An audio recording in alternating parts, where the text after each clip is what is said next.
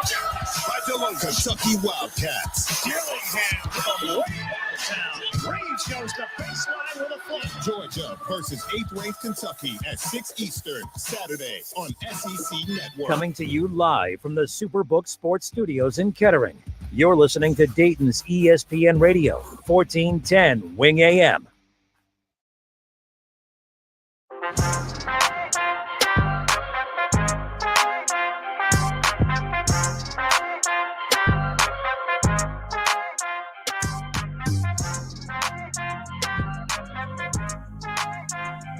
All right, everybody, welcome in. Happy Tuesday. It's the Kidder and Kev Show live here on Dayton's ESPN Radio, 1410 Wing AM. Back in studio today. Back sitting right next to my guy, Kev Nash. Mr. Kev Nash, welcome. What up, though? Off and rolling here on a Tuesday. Now, I know what everyone wants to talk about, and I agree. Kev, your team was embarrassing. What the hell, man? Yee. Playoffs? Why the hell do we look forward to playoffs, Kev? Why? But every sport, though, technically, your season ends in heartbreak every year. Not like you, but us, more times than not. Even if you get to the championship game, if you get to the Super Bowl, you get to the Final Four, you get to the World Series, unless your team's hoisting the trophy, which is more times than not right. Mathematically, it's just like, why do we do this to ourselves? Like, why? Yeah, man. It was a weekend. It was a weekend, and I know Shaw's probably already on the phone lines calling in because he wants to talk about his cheating team win the national championship because he couldn't talk about it last week because we were kind of like remote last week. We'll get to that, but I think there's more important things to talk about first. By the way, he thinks that it's been personal. He doesn't actually. He was a good sport about it. So Sunday, for whatever reason, as much as I pile on Shaw, he comes out and supports the show every Sunday at Frickers. Well, because of weather, my car, every time I'd come to a stop sign or a stoplight, it would just die on me. It was like minus 120 out or something like that. So at least that's what I tell myself. It was pretty damn cold. So we Keith and I, KB and I, did the Sunday show from the studio, but he still went out there. That's out the show. So man. He went out there. He couldn't face us. He couldn't brag to us. I'm sure he had new Michigan garb. He was ready to show off. Then, all last week he couldn't call in because we were doing the show remote and all this stuff. But man, we have a lot to dive into here today. So much. And obviously NFL wildcard weekend comes to a close. Okay. And by the way, we're live on the Justin Kidder Show Facebook page, live on ESPN Dayton's YouTube channel, live on 1410 Wing AM, streaming live at wingam.com, iHeart, Odyssey, iTunes, sometimes Alexa, so just keep that in mind. There are plenty of ways. I don't want to say her name because then she starts screaming at me from across the room. Does she even? Yeah. It's unplugged. Don't worry. Oh, okay. Good. She's quiet right now. That's good. Speaking of quiet, Browns defense. As you can imagine. So I felt pretty confident in the Browns' chances of beating the Texans this past Saturday. So I woke up, I chose violence. I woke up, I saw this very funny little meme. It was playoff tickets that showed, where you're sitting. It says your couch because your team stinks or something like that. So I, poked the bear. I shared it and said, hey, Bengals fans, I have an extra pair of playoff tickets. If you'd like a pair, if you'd like to inquire about the pair, just go ahead and reach out. Well, all hell broke loose. All hell broke loose. I thought they knew that their team wasn't in the playoffs, but man, oh man, they were in the playoffs because their biggest win of the season, Kev, was the Browns' loss against the Texans on Saturday. Look, I love the sports banter back and forth, man. Like, that's what makes that stuff fun. Now, when you start to have a little drink, one too many drinks at the end of the night, I have to tell my friends, hey, y'all need to take my phone away just in case because, I want to remain employed and all this stuff. But, yeah, let's start with the Browns. First game of the wild card weekend. Super wild card weekend. It was not so super for me. Look, man, I don't know what to say. Like, everyone was piling on Joe Flacco. Everyone's piling on the offense, and the offense was not very good. But let's be clear. Why are we not angry at the defense? I'm angry at the defense. That's supposed to be number one defense in the NFL. You got Myles Garrett, right? Denzel Ward ends up playing. All right. We talked about injuries all season, how that's decimated this team all season. Starting quarterback out for the year, no Nick Chubb. Half the offensive line is out. Receivers banged up all over the place, whatever. Don't need a sad story, but if you were going to lose a game, it should have been because, the Browns lost a game 21-7 or 21-14. That's how the Browns should have lost. That I would have felt good about it. I would have felt good that, we knew the Joe Flacco thing. Like, that's the Joe Flacco that that's what I was kind of expecting. A guy that was going to throw for a lot of yards, make some big plays here and there, but the defense was going to go out and have to win it. And we've seen the offense go out and win all those games throughout that final month of the season. That's why they were one of the best stories in football. The offense didn't show up. It's not that they didn't show up. I mean, look, he threw for over 300 yards. He had the 2 pick sixes, but that's what you expect. At the end of the day, when you have the number 1 defense in the NFL and you're playing with your 4th quarterback on the season, Kev, like, you should be able to rely on your defense to keep you in a ball game. And it was the defense that didn't show up. It was the defense that was embarrassing. I mean, the only thing that did was guarantee that we're going to have Jim Schwartz back, a defensive coordinator, next year, which, by the way, I'm not down on Jim Schwartz. I'm a little disappointed that his side of the ball decided not to show up. You went through all of that. You went through 4 different quarterbacks. I know some people say 5, but they threw in the Driscoll at the end because they were resting their starters and all this stuff and all that. But you went through all of that, through the loss of Nick Chubb, through the loss of Deshaun Watson, the entire offensive line being banged up, and having beating both number 1 seeds throughout the regular season, beating 6 playoff teams total on your schedule throughout the season, overcoming all of those things just to get your ass kicked in the first round of the playoffs in the wild card weekend when you were a 2.5-point favorite on the road, going up against a team that you dismantled not even weeks before. Now, you could say, well, they had CJ Stroud. That's fantastic, okay? CJ Stroud apparently is the MVP of the league. We'll get to him in a moment, because here's what we're not going to do. Not going to discredit what he did and say that it was the Browns who played horribly. I think it was a combination of both. But when people want to hate on the Browns, I knew that was an overrated defense, yada, yada. It's either CJ Stroud was really, really good or the Browns defense was really, really bad. It's obviously somewhere in the middle, but don't discredit what CJ Stroud did as well, because, yes, he did pick apart the number 1 defense in the National Football League. So let's just get that out of the way. The bottom line is the Browns should be embarrassed, and here's why. I'm not here to do the whole, man, they've come this far, and we knew that the magic was going to run out. The magic didn't run out. The defense wasn't the magic all season. The defense was their identity. The defense is who they are, and the defense is why they lost the game. I'm fine if you lose the game because your offense didn't show up. Joe Flacco ended up having to throw from behind. I mean, he's a sitting duck back there to begin with, because when Houston jumps up and gets the big lead that they do, now you know that they're going to have to pass. You know that they're willing to pass. So when he drops back, they're sending all the wolves, and now he's getting hit, and now he's trying to force some throws and all this stuff. I'm not making excuses, Kev, but the bottom line is, it was never supposed to be Joe Flacco leading you to wins. I'm glad that it was for that final month. It was a magical, fun run. But at the end of the day, there's a reason that he was sitting on this couch and you picked him up a month and a half ago. There's a reason that he's been bouncing around from team to team before the league said, I don't know what he has to bring to the table anymore. And I'm also here to not turn my back on Joe Flacco. He didn't lose us that ball game. He didn't help them win. The defense lost the game, Kev. CJ Stroud diced them apart as if they had the 28th ranked defense in the National Football League. And if you know who the 28th defense in the National Football League is, that was directed at them. I don't really care if that's a childish move to start, because you should read my Facebook page, just throwing it out there. I'm not. The bottom line is, I'm mad, Kev. I'm mad at the defense. I'm not here to make excuses. This wasn't because of Joe Flacco. It wasn't because of the 4th string quarterback. It wasn't because they didn't have Nick Chubb. They could have had Deshaun Watson. They could have had Nick Chubb. They could have had a fully healthy offensive line. When your defense gets picked apart like that, Kev, and that's the only healthy side of the ball, I'm pissed off. That's the side of the ball I'm disappointed in. I'm not here to make excuses. They deserve to get their tails whipped and embarrassed on national television like that. The Browns is the Browns. The reason that stupid saying exists, and it pisses me off, but you know what? You guys aren't that wrong. That's why that saying exists. That's why. Because even when you have good things, even when you have the number 1 defense in the NFL, when you were a joke the season before, you get Jim Schwartz, you have Myles Garrett, Defensive Player of the Year candidate, and all this stuff, and you have nothing to show for it. They should have lost, but it should not have been because of the defense, and it was. And that's what is most disappointing to me about how this season came to an end, because the defense got you there and the defense bumped you out. That's the problem I have at the end of the day. So I'll start by saying this. Myles Garrett and Micah Parsons better be glad that the Defensive Player of the Year is a regular season award, because they had just as much productivity as TJ Watt did versus the Bills. And TJ Watt was on the sideline with headphones because he wasn't playing. Those dudes didn't show up. Those game records didn't show up at all. Number 2, the thing about the Cleveland Browns is they racked up great defensive stats. You can't take it away from them. It happened on the field. But they gave up 30 points a game on the road. And when that game was officially going to be on the road, and CJ decided to come back, or not decided, he was able to play in the playoff game, basically a playoff game versus the Colts. So he's going to be playing in his real playoff debut versus the Browns. I knew he was going to put up numbers. Didn't think they were going to win, but I knew that he was going to put up numbers, because the Browns run a very basic defense, because they got great athletes, especially across the defensive line. When you run man-to-man the entire game, they're going to run man beaters. And that's exactly what it did. A whole bunch of misdirection, crossing routes, dudes running into each other. Boom, wide open. He's throwing dimes too. So, like, all those things are super easy.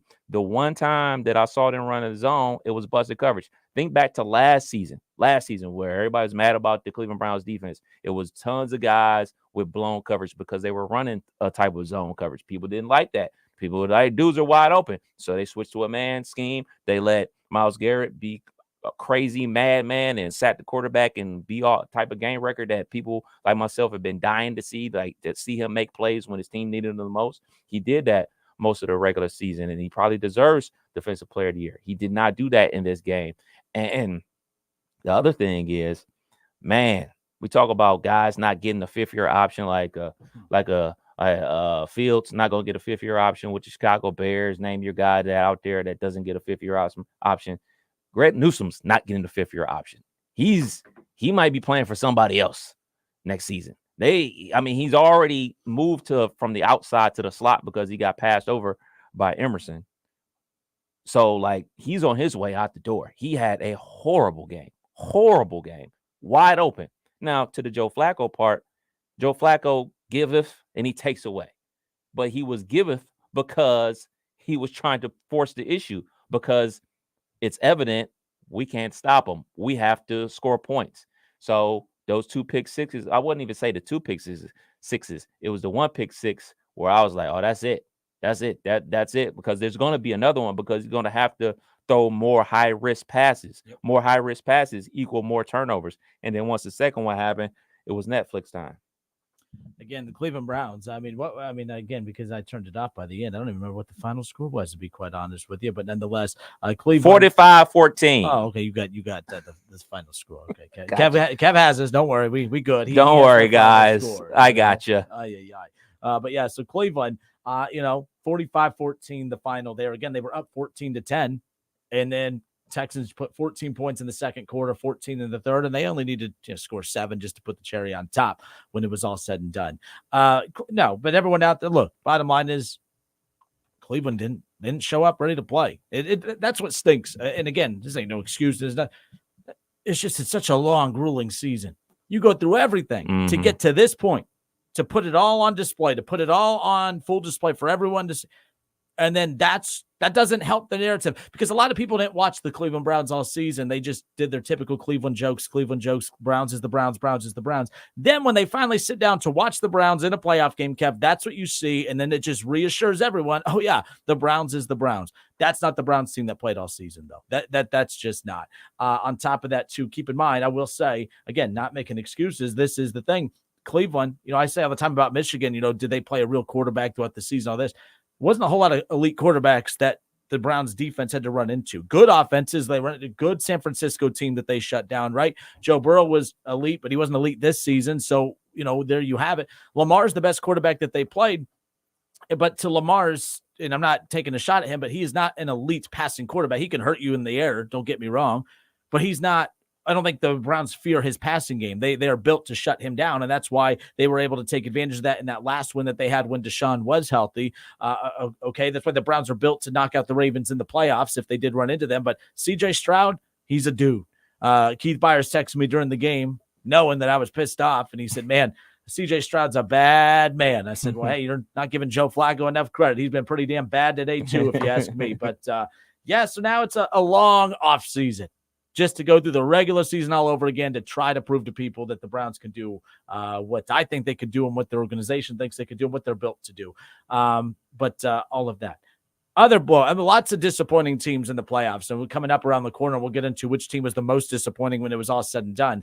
But the Pittsburgh Steelers, of course. Now, they lose last night. They capped this off. 31-17 was the final at times. I thought it would be closer.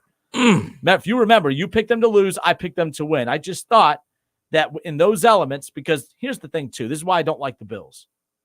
If you remember, they lost this is the only time I've ever agreed with Bengals fans. The Bills pissed me off last year when they lost to the Bengals in the playoffs. You know why they said that they lost? It was cold out. It was tough. The snow on the ground, it was tough to see because the Bengals had their white jerseys on. Excuse after excuse. It was colder. It was colder. Now, no white jersey, so whatever. What you missing? Your bell. Your bell. Where is your bell? Oh, here you go. There you go. Thank you. If there's ever a time for an excuse, Bell, there you go. So Bengals fans, we agreed on that a year ago. I thought that was lame of them to do that. But that's why I put my money and stock into the Pittsburgh Steelers, because I thought they were a better coach team than the Bills going in. And we can get into Tomlin in a moment. But I just thought Josh Allen, I don't think people are giving him enough credit because the way the season ended last year, the way that he started and the Bills offense started this season, I think people have kind of moved him back on their elite quarterback list. But the thing is, there's no quarterback that's been playing better football outside of Stroud and Flacco for that last month than him. Josh Allen's been playing the best at quarterback for the last month and a half, and that's why the Bills soared into the position to host a playoff game, and that's why they're going to host the Chiefs coming up this weekend. You didn't feel good about the Steelers-Bills game. I felt better about it because it's the Bills, and I just thought that this is where they always come up flat. It was a big win for them. I just was shocked at how well they played against the Steelers in regards to making the Steelers look like a team that didn't belong in the playoffs out there with them, if that makes sense. Yeah, you spot a team 21 points, you're going to lose. Like the Bills go up 21-0. To the Steelers' credit, they cut it to 7 with 11 minutes to go, I believe, in the fourth quarter. So, like, you're right back in it. And the biggest issue with the Pittsburgh Steelers has been covering the tight end. And you gave up 2 touchdown passes to the tight end. I mean, if you look at like what Diggs was able to do, Joey Porter Jr. shut him down. You look at what they were able to do in the run game, solid run game from James Cook, about 80 yards rushing, solid game, but like really nothing else. Obviously, that huge explosive run by Josh Allen, like the 52-yard run, that was the one that I think that put them up 21-0. So they bottled them up, except for the tight end. So when you cut the lead from, I believe it was 24-17 at the start of the fourth quarter, obviously I'm watching, I'm locked in. Me and my brother are texting like, oh, look, you get a stop here. We get the ball back, get a 3 and out, short field, go down there, score. It's a tie ball game. They're gonna crack. They're gonna feel the pressure, put the pressure back on the Bills, a team that has not dealt well with pressure in the past. But what do? They go to their tight end, penalty. Go to another tight end, penalty. And then, boom, you're right there in scoring range. So ultimately, they win by 14, which is a comfortable win for the Buffalo Bills. But it definitely was there for the taking for the Pittsburgh Steelers. But the inability to guard the tight end all season long, excuse Bell, when you are out there with practice squad players at linebacker, that's what happens. But guess what? Injuries. Everybody has injuries. Buffalo has injuries in their secondary. The Browns have injuries all over their football team. The Bengals have their starting quarterback injured. Like, it's tons of teams out there with injuries. So you have to make the adjustment, because guess what? Nobody's going to be like, oh, we'll run it back when we got our guys healthy and then we can play again. No, the game is played. You win, lose, or draw. We lost. Season's over. All right, Justin Kinner, Kev Nash with you here on Dayton's ESPN Radio 1410 Wing AM. Complete reaction to NFL Wildcard Weekend. And, yeah, how embarrassing of Kev Nash's Steelers. I've never seen anything as embarrassing as that ever. Who day, am I right? I mean, come on. Not a good weekend for the Steelers, not a good weekend for the Browns, but here we are nonetheless. So, all right, still, when we come back, we'll dive into which NFL team, which team that lost over the weekend, Kev, which wild card loss, which team was the most disappointing, in your opinion? Let's talk about that, because the Cowboys, my goodness. The Cleveland Browns, holy crap. All right, the Steelers, who else are we missing? I'm not going to put – I mean, the Eagles. I mean, they were in the Super Bowl a year ago. You called it. They didn't just lose. They got handled by the Bucs and Baker Mayfield, all this stuff. So the Rams, I'm not going to include them in this conversation because that was a great game. That was only good game of the weekend. Only good game of the weekend. Only good game of the weekend. I don't think the Rams should feel bad about that at all. The Lions lived up to their hype, so good for them. Let's step away for a few moments. Again, if you want to jump in on the conversation, we're live on the Justin Kinner Show Facebook page. You can call into the show at 518-1410. 518-1410. Text into the show. Which team was the most disappointing based on expectations and matchups heading into the wild card weekend? Which team was the most disappointing in your opinion? Let's talk about that when we come back. It's the Kinner and Kev Show, 1410 ESPN Radio.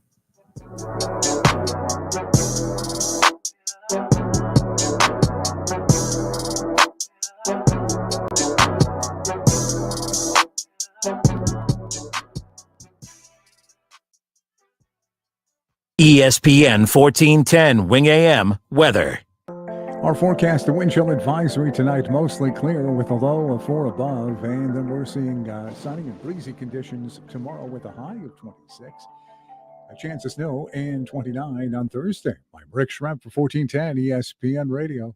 We all hear the radio ads about the IRS. They tell you to be afraid, to be scared, and they try to frighten you into calling. I'm not here to do that. Tax Relief Advocates is different. TRA is here to tell you that if you owe money to the IRS, whether it's $5,000, $50,000, or $500,000, we have a solution. It doesn't matter if you're sitting in your car, at work, or with your kids. No matter where you are, call now. 800-575-6759. Don't lose hope. TRA can eliminate or reduce what you owe to the IRS. There is zero risk to you. If we can't reduce your tax debt, then you pay nothing. Our passion is taxes and helping individuals fix their IRS problems. We have a 5-star rating on Google and Yelp and an A+ with the Better Business Bureau. You don't need to be afraid of the IRS any longer. End your tax nightmare today by visiting us online at TRA.com or call 800-575-6759. That's 800-575-6759. Tax Relief Advocates. Real solutions for real people. You can make the decision right now to get lasting relief from that awful joint pain for 2024. Don't go another year compromising because of that pain in your knees or shoulder. Call QC Kinetics now. QC Kinetics is the nation's leader in regenerative non-surgical pain relief. Your body has what it needs to restore and repair that damaged joint tissue. And QC Kinetics can make it happen. No drugs, no surgery, no downtime. The future of pain treatment has arrived, and QC has tens of thousands of satisfied patients all over America. People with back pain, hip pain, any pain associated with arthritis or an injury. This is not a Band-Aid. This is a revolutionary treatment that can get you moving again. Get your life back. And listen, it's non-surgical. If this is the year you decide to fight back against that pain, take the first step now. Call QC Kinetics. Get a free consultation on your calendar today. Call 937-936-0325. 937-936-0325. You have empty office space to fill or home office to create. You know what you need. You know what you'd like. But you also have a pretty good idea after you've shopped around the usual places what you need and what you like might not happen. Well, then you haven't been to Charles Larrick's Warehouse Outlet. Nobody has their selection. Nobody has their discounts. And every week, there's something new. If you need office furniture, Larrick's Warehouse Outlet can sell it to you for half the price and below manufacturer's selected prices. Half price and below on hundreds of items. Selection from budget to the best. Really, desks from $50 to $5,000. Filing cabinets from $25 to $500. Before you go anywhere else, do yourself a favor and come to Larrick's Warehouse Outlet. With 25,000 square feet of selection, you're not going to go anywhere else. Larrick's Warehouse Outlet at 23 McOil Avenue, Dayton. Open Monday through Friday, 9 to 6. Larrick's, continuing the tradition. We all hear the radio ads about the IRS. They tell you to be afraid, to be scared, and they try to frighten you into calling. I'm not here to do that. Tax Relief Advocates is different. TRA is here to tell you that if you owe money to the IRS, whether it's $5,000, $50,000, or $500,000, we have a solution. It doesn't matter if you're sitting in your car, at work, or with your kids. No matter where you are, call now. 800-575-6759. Don't lose hope. TRA can eliminate or reduce what you owe to the IRS. There is zero risk to you. If we can't reduce your tax debt, then you pay nothing. Our passion is taxes and helping individuals fix their IRS problems. We have a 5-star rating on Google and Yelp and an A+ with the Better Business Bureau. You don't need to be afraid of the IRS any longer. End your tax nightmare today by visiting us online at TRA.com or call 800-575-6759. That's 800-575-6759. Tax Relief Advocates. Real solutions for real people. Discover wants everyone to feel special with live 24/7 customer service. Learn more at discover.com/credit card. Limitations apply.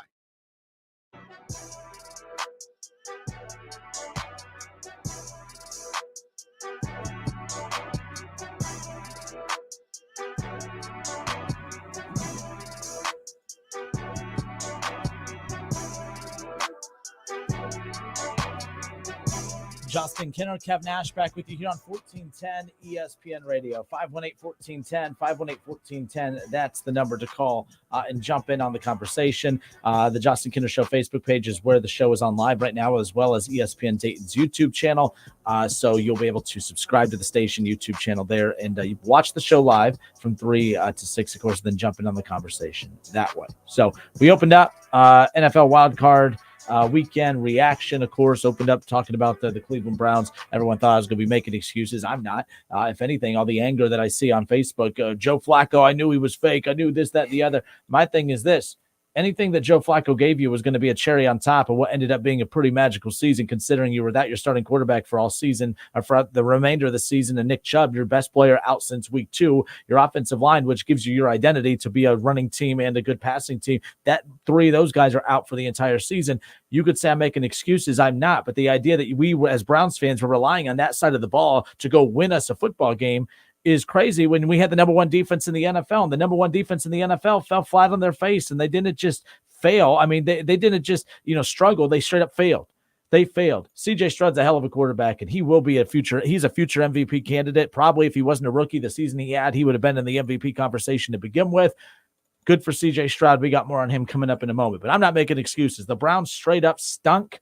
The Browns is the Browns in this particular case. I agree with everyone that says that, because at the end of the day, a lot of people don't watch the Browns, or if they do, they hate watch the Browns, or they don't give them the same benefit of the doubt that they would give their teams if they're without a slew of their main guys.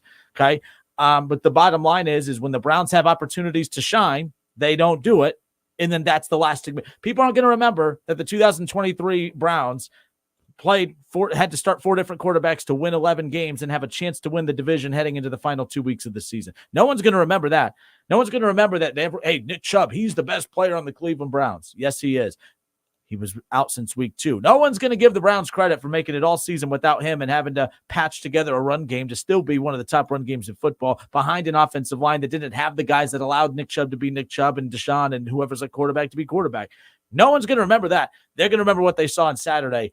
And I can't defend it, Kev. That's on them. That's on them. Yeah, that's how it is for every team out there. Your last effort is the last thing you remember for. Nobody's going to remember how good Dak Prescott played throughout this regular season. They're going to remember that meltdown that they had versus the Packers. Nobody's going to remember the 3-game stretch that Mason Rudolph had for the Pittsburgh Steelers. He played top-level quarterbacking to get them into the playoffs. Nobody's going to remember that. They're going to remember the interception he threw in the end zone, no matter whose fault it was. If it was Mason Rudolph's fault, if it was Deontay Johnson's fault running the wrong route, nobody's going to remember that. Nobody's going to remember the fact that Minkah Fitzpatrick was all pro, but people are going to remember the fact that that was one of the worst attempts of a tackle I've ever seen in my life.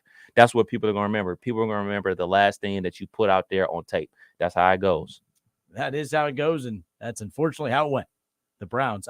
Yeah. There you go. The mic. Yes, that is how it goes, and that is exactly how it went for Cleveland. All right. So with that being said, the most disappointing team from Wild Card Weekend. Who would you deem to be the most disappointing team from Wild Card Weekend, Kev? Because there was quite a lot. There was a lot of teams that you could look at and say, you know what? That team was the most disappointing. There was a lot of disappointing games. I mean, there was I was excited about some of these matchups, and they just didn't come to fruition. You had the Dolphins, who did not look good against the Chiefs. You had, obviously, the Cowboys, who just got shellacked by Jordan Love and the Aaron Packers. My gosh, my bad. That was not actually an intended funny, but you see what I mean. Jordan Love and the Green Bay Packers. That really wasn't an intended joke. My bad. I'm so funny, I just can't turn it off, But, yeah, the Cleveland Browns, of course, your Steelers. Lots of disappointing teams and outcomes over the weekend, Kev. Which team was the biggest disappointment, do you think, this past weekend and Wild Card Weekend? Hands down, the Dallas Cowboys. Hands down. I mean, that effort that they put out there, like, they looked nervous from the word go. And to be honest, man, I put down a nice little parlay, and never for 1 second did I think that the Green Bay Packers were going to beat the Dallas Cowboys. That's the one that ruined me getting $80. That's the one that ruined me from getting $80. I hit on everything else except for that one, and I am upset about it. But I'm sure the Dallas Cowboys fans are way more upset than I am. But I mean, the Packers jumped on them 27-0, and then the interception started because, like we talked about with the Cleveland Browns and Joe Flacco, once you're down, you got to start pressing the issue, and when you press the issue, that's when interceptions happen. Justin Kinner, Kev Nash, which team was the most disappointing? I think it has to be the Dallas Cowboys. It has to be the Dallas Cowboys, but I'm going to put the Browns right up there, very, very close. A slight edge to the Cowboys. For one, the Cowboys, with the way that they were playing heading into the playoffs, you win that division, you hold off the Eagles, you hold off everything else, and you win that. They make the playoffs every year. They're at that point that the Bengals were in the early 2010s, where making the playoffs is like when the Browns made the playoffs, you saw that emotional scene, in Cleveland on that Thursday night game when they beat the Jets. The Jets weren't a team that you'd brag about beating, but it wasn't that they beat the Jets. It was that they clinched the playoffs that night. It's rare to make the playoffs in Cleveland. They did it. It was an emotional scene. It was a big deal, right? It's just like the Bengals in the early 2010s for the Cowboys. Nobody cares anymore about making the playoffs. Duh, you make it every year. Who cares? It's about what you do when you get there. And that's where the Cowboys are at, Kev. Sure, they made the playoffs. They were expected to make the playoffs. And not only did they not, win a game that they should have, they were the first team ever to lose to a 7 seed. That's never happened before. They lose to the 7 seed. And it's not just that they lost to the 7 seed. They just didn't show up. Not prepared to play. They're another one that, just like the Cleveland Browns, where people watch them all season. They hate watching, yes, but like when the light gets how do you America's team when the lights get so bright that they're just too bright for you and you choke in those big moments? I don't know if it's Dak. I don't know if it's McCarthy. It's just it doesn't seem to matter like it's either of those two, Kev. It's the Cowboys. It always happens to the damn Dallas Cowboys. It happens every season regardless of who's running everything. So Jerry Jones is always running everything. So maybe there's that. That's the problem right there. But the bottom line is I have to give it to the Cowboys at the top. Second, I would put the Cleveland Browns because had they lost a close one, had it been one of those like 24-21 or 24-17 finishes where the defense showed up and there was just enough of CJ Stroud of the offense to give the Texans the edge, and there was just enough Browns offense that we started to see the sputtering of the offense being led by Joe Flacco, okay, I wouldn't even deem them as disappointing, right? But because they were 2.5-point favorite, because the defense couldn't get one single stop, they couldn't get to the quarterback, they got absolutely embarrassed, I have to put the Browns right there, both of my teams. For those of you who think I'm a homer, I got your homer right here. I'm putting the Cowboys and the Browns right there as the most disappointing. The Eagles, though, man, where are you at with the Eagles? That's my number two. That's your number two? That's my number two. And to me, it ain't even close. Yes, the Cleveland Browns got blew out. If Joe Flacco didn't throw 2 pick sixes, they will still lost 31-14. Like that's so like Kev, I could do math. That's still the biggest issue. But for a team that was in the Super Bowl last year, and not just in the Super Bowl, they ran roughshod over everybody in the NFC last year on their way to the Super Bowl. They played a great Super Bowl, great game. Everything evolved. They're 10-1. To start the season off and then finish 1-6 the back half of the season, like the wheels fall off. They fired defensive coordinator. The next defensive coordinator was worse than the guy that they fired. The lack of a run game, the lack of a pass game. You got fans throwing popcorn on the coach. Like they gotta be number two. They gotta be. The reason I don't have them at number two, Kev, is because we expected this. They were a train wreck heading into the playoffs. If you want to say which team had the most disappointing season, I'd put the Eagles up at the top. Okay. Which team was the most disappointing in the playoffs? The only reason I was hesitant to put them at the very top is because they kind of looked like how we expected. Like they were a train wreck coming in, and they kind of looked like how they did to close out the season. So that's the only pushback I would give to that. That's why I didn't have them where I'm at. But no matter what, they're still a disappointment. I mean, you were in the Super Bowl a year ago, and there was no key injuries to any of their main. I mean, I know A.J. Brown and all that, but at the end of the day, it's not like A.J. Brown's out now. They just totally collapse and they can't score and they can't stop anyone. They made Baker Mayfield look like an MVP candidate and all this stuff. So, yeah, Cowboys, Browns, and Cowboys most disappointing this weekend. Good for Jordan Love and good for the Packers, by the way. Absolutely. Don't want to take away from them. Packers fan Tim, if you're listening, good for you. And Cleveland Browns, second most disappointing performance in team in the playoffs this season. But kudos to CJ Stroud. Kudos to the Houston Texans because I mean, man, I know the Ravens are the favorite to come out of the AFC, but if this Houston team, they're very interesting with CJ Stroud. We'll get to them coming up in a moment, but I want to get to the phone lines. 518-1410. If you want to call in any reaction to Wildcard Weekend or just chime in on who the most disappointing team was in Wildcard Weekend, let's kick things off in Riverside with our guy Bob from Riverside. Bob, thanks for holding, buddy. Bobby! Man, I tell you what, a beautiful weekend, man. It was absolutely beautiful weekend. You know, I can, sip a little wine and everything, happens, I guess for a reason. I don't know. Most disappointing, there is no doubt about it. It's the Dallas. They were at home too. It's the Dallas Cowboys. You're at home. I mean, come on. You've been 12-5, for like the last 3 or 4 years, and then you come in and then you look like that. But, one thing I think the playoffs prove is that all of the regular season stats, I don't care whether you're the best defense, you're the best, it means nothing. When it comes to the playoffs, everything's heightened. Everything's on a different level. And you look at Cleveland. Again, Cleveland's defense looked tremendous all year. Cowboys' defense looked tremendous for the most part. The Eagles' offensive line looked tremendous. It means nothing when it comes to the playoffs. I mean, like they tell you all the time, preseason is one level, regular season is one level, playoffs is a completely different level. You can't bank on none of that stuff. Cleveland's defense looked like they never even played together. I mean, it was just terrible. It was terrible. They couldn't get no pressure. They couldn't cover nobody. There was no communication. And the funny thing about Houston, Kev had a great breakdown, on the breakers that they were doing, the man-to-man breaker. They run pretty much about 3 plays. I went to the Houston Bengal game, and I swear, I'm not gonna lie, I left early, and then the Bengals came back, and then CJ took them on that drive, and they won at the end. I left early because they kept running the same 3 plays. This is what they do. They'll CJ roll out to the right. And I swear, there's like 10 people running open. When I was at the Bengal game with Houston, I couldn't even find a quarterback in the picture. It was the same thing when I was watching the Browns. I mean, on the picture, I got a 70-inch TV, and I'm thinking, where is it? Where's the coverage? Them dudes are always, and they run the same simple things, but it's crazy.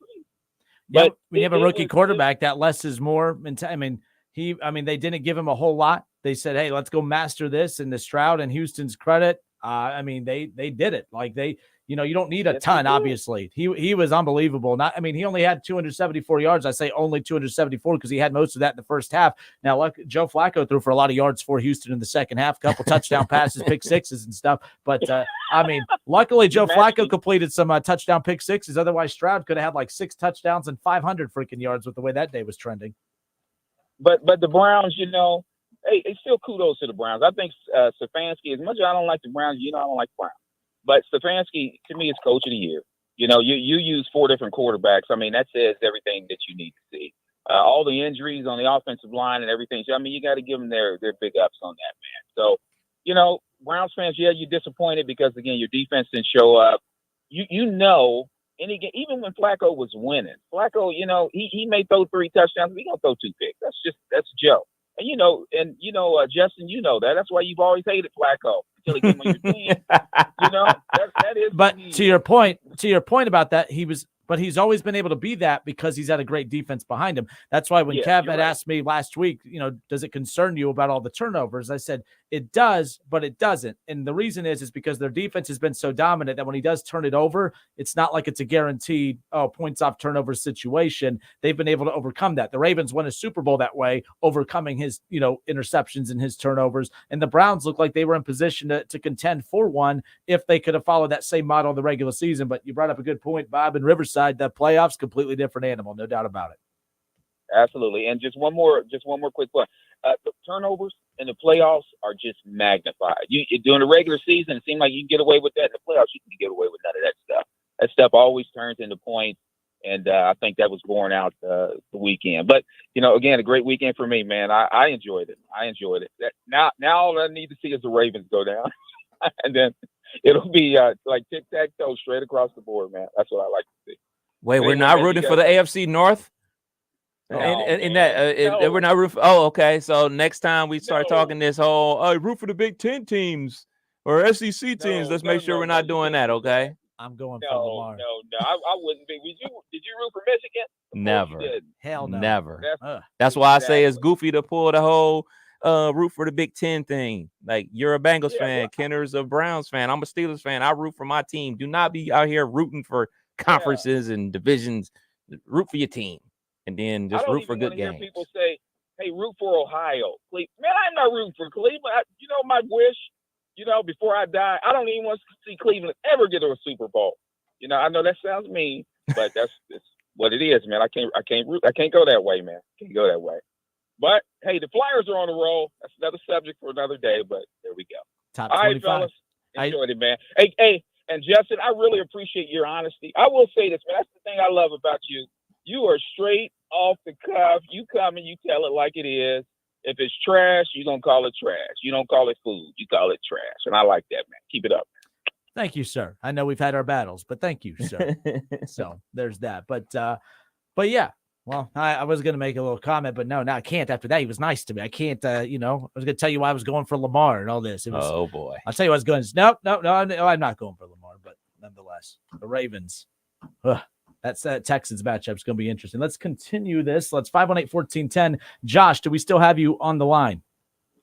Yes, I'm here. Hey, thanks for holding, man. What's up? What you got? I mean, again, most disappointing team reaction to anything from Wild Card Weekend. What do you have for us? So I was going to go with the Cowboys, but since you both went with them, I got to go with my Browns. Unbelievable, be the number one defense all year long, and then just show up like that. I mean, they ran a single high safety 81% of the time, I think it was, throughout the game, and the data's out there. The data shows that is the defense in which CJ Stroud has been most successful throughout the year. I believe he threw for 2,200 yards, 11 touchdowns, 1 pick throughout the year against that very defense. And so I was very disappointed in the lack of effort from the guys on defense, with the exception of Wusu Koromoa. He played his JLK was balling. Yeah, he's a monster. The lack of effort there, the lack of effort from Jim Schwartz to make the adjustment. Do you think it was really effort, though? Do you really think it was effort? I don't think it was effort. I just think just the better team came out and out schemed them and they won. I really like the Dallas Cowboys thing. I guess you could talk about effort. I really don't think the Browns, you can question the effort from the guys. I just think they just got beat. And I definitely, Kev, I don't want to take anything away from the Houston Texans. They played a heck of a game. CJ Stroud is the truth. And I was just listening to the last call, and I'm with him as far as not rooting for the Ohio teams and the AFC North teams. If I'm going to root for anybody, I want to root for the guys who kicked our butts. And then we can at least say, hey, we lost to the Super Bowl champ. but no, I hear you in terms of it just came off as usually after watching those guys on defense, they're having a great time. And I just didn't feel that from the get-go of the game, man. It's hard to have a good time when dudes is running past you. I'm sure if Myles Garrett would have got a sack, he would have did a cool dance and did a robot and start lining over the center. That would have been a great time. Like, when you don't make plays, it's not a good time. It's just not a good time when you're not making plays. Can't argue with that, kid. Can't argue with that. But so after this lack of effort came from Jim Schwartz in terms of not making those adjustments. And I don't know how he missed those data points. If I have them, that's fair. They're in the media. I don't understand how he missed those data points and continue to run that single high against it. Josh, we appreciate the call, man. Thank you. All right. Thanks, guys. Thanks, man. Josh, I would have given you more time. Your phone just kept cutting in and out. Otherwise, I would let him continue to roll. The effort, I think I know what he said. It was adjustments from Schwartz on his end, and he tried to do the coach thing. And hey, we said we were going to live and die by our game plan. We weren't going to change anything up. This is what got us here and all this. And I'm like, that's a cute way of saying I didn't know how to make any adjustments. And I don't think I don't think you can make adjustments on the day of the game if you're not preparing for those adjustments throughout the week. So I think one reason why they don't make any adjustments on game day is probably because they weren't prepared to try anything new, because that's what's worked for them all season. Now, that's an easy thing for me to say because, I'm there at every practice and know. But when they went zone, that's when they had the busted coverage with the tight end. So and Emerson, too, he's been great all year. Yeah. Newsom's out. There's been talk all season. The Browns are in the position now where they have to start letting good players go. He had a bad game, and they had the nerve to say afterwards, well, I felt I played great, but I could have played better and all this stuff. Or he said, I felt like I had a good game. I don't think I had a bad game, but I could have played better is what he said. I'm like, I don't know, but nonetheless, that's just players, man. They always say that. Yep. You take it with a grain of salt. It's a Kenner and Kev show right here on 1410 ESPN Radio. 518-1410. Shaw's on hold. We'll get to. Oh boy, yeah. I'm sure he'll have a lot to dive into as well. But all right, the teams we were most impressed with. Who had the best weekend? There were a lot. I mean, Josh Allen looked great. The Bills looked solid against Kev Steelers, of course. CJ Stroud, unbelievable. I think he's the biggest storyline in the NFL right now. The Lions are another big storyline. They look fantastic. There's so many takeaways. The negatives is what we opened up with, but the positives, which teams do we feel the best about heading into the divisional round weekend of the NFL playoffs? We'll get to that coming up around the corner, I should say. It's the Kenner and Kev Show, 1410 ESPN Radio.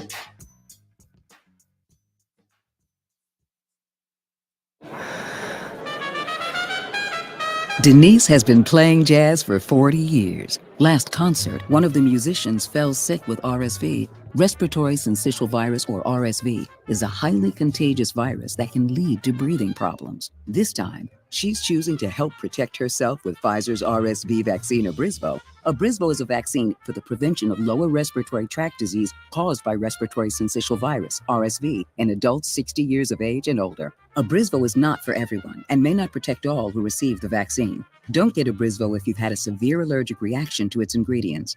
People with a weakened immune system may have a decreased response to Abrysvo. The most common side effects are tiredness, headache, pain at the injection site, and muscle pain. Ask your pharmacist or doctor about Pfizer's RSV vaccine, Abrysvo, respiratory syncytial virus vaccine. For full prescribing information, please call 1-844-989-7284 or visit abrysvo.com. Brought to you by Pfizer. For the ones who get it done, the most important part is the one you need now. And the best partner is the one who can deliver. That's why millions of maintenance and repair pros trust Grainger, because we have professional-grade supplies for every industry, even hard-to-find products. And we have same-day pickup and next-day delivery on most orders. But most importantly, we have an unwavering commitment to help keep you up and running. Call, click Grainger.com, or just stop by. Grainger, for the ones who get it done. Hey, is this line secure? Franco's cybersecurity firm secured a contract, and that's all we're allowed to say. We have a green light on hiring. He needs web security professionals with a military background. 3 teams of 4, 24-hour rotations, but Protocol Zulu is on a need-to-know basis. Indeed can help him hire great people fast. I need Indeed. Indeed you do. You can schedule and conduct virtual interviews right from the Indeed dashboard, so you can stay organized and connected all the way to the hire. Visit Indeed.com/credit and get $75 towards your first sponsored job. Terms and conditions apply. Hello, it's John Kozik, founder and president of TurboTrack Realty, and I buy real estate as is fast for cash. Give us a call today for an all-cash offer at 614-470-2000, 614-470-2000. I buy vacant properties, inherited homes, divorce situations, death in the family. I even buy my tenants won't pay me the rent houses. Give us a call today for an all-cash offer at 614-470-2000, 614-470-2000. Whether we're in your home for a new McAfee installation, a scheduled maintenance, or a repair, you can count on McAfee to do what we say we'll do when we say we'll do it. We care about the services we provide and the products we install in your home, tailor-fitting our work to your family's needs through the entire process. We stand behind what we do, and we're proud to put our name on it. Breathe easy, choose McAfee, or have a cow.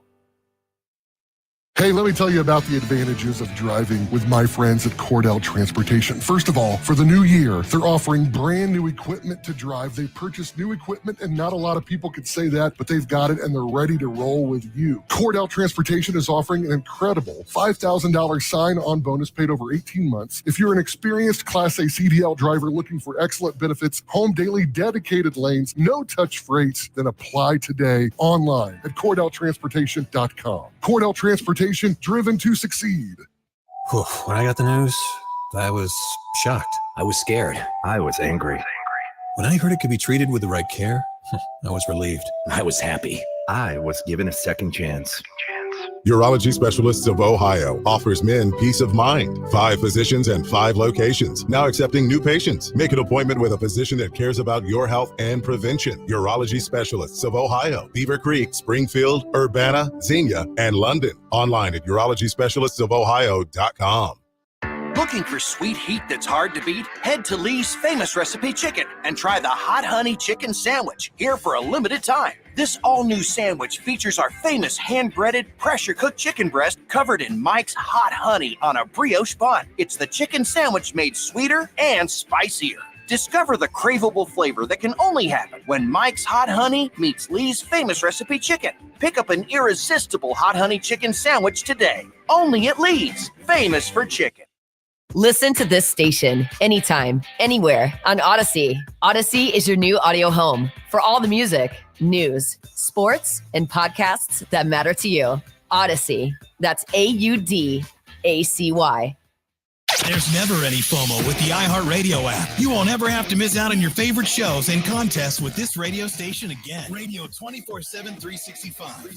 We're here when you want us. Stay connected and listen anywhere when you download the free iHeartRadio app. Many Vietnam War veterans were unknowingly exposed to dangerous chemicals impacting their health and quality of life. There are now expanded benefits for veterans exposed to Agent Orange. Veterans with Parkinsonism, bladder cancer, or hypothyroidism who previously applied for VA disability compensation but were denied should reapply and might be eligible for retroactive compensation. Exposed veterans who have not yet applied should consider filing a new claim. For assistance, call Montgomery County Veterans Service Commission at 937-225-4801. Get a tax refund advance loan at Jackson Hewitt now. No refund advance offered by eligible clients. Application required. Loans by Republic Bank. Details at jacksonhewitt.com.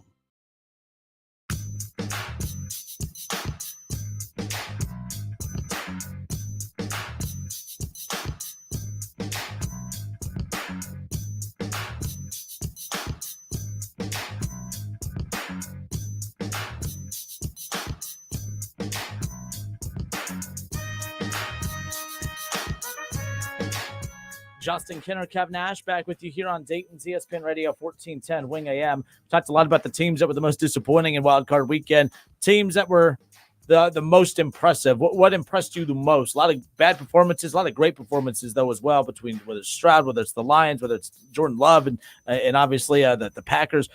A lot of great ones to choose from. Which one stood out to you as the most impressive of the weekend? Green Bay by far. I didn't see that coming, man.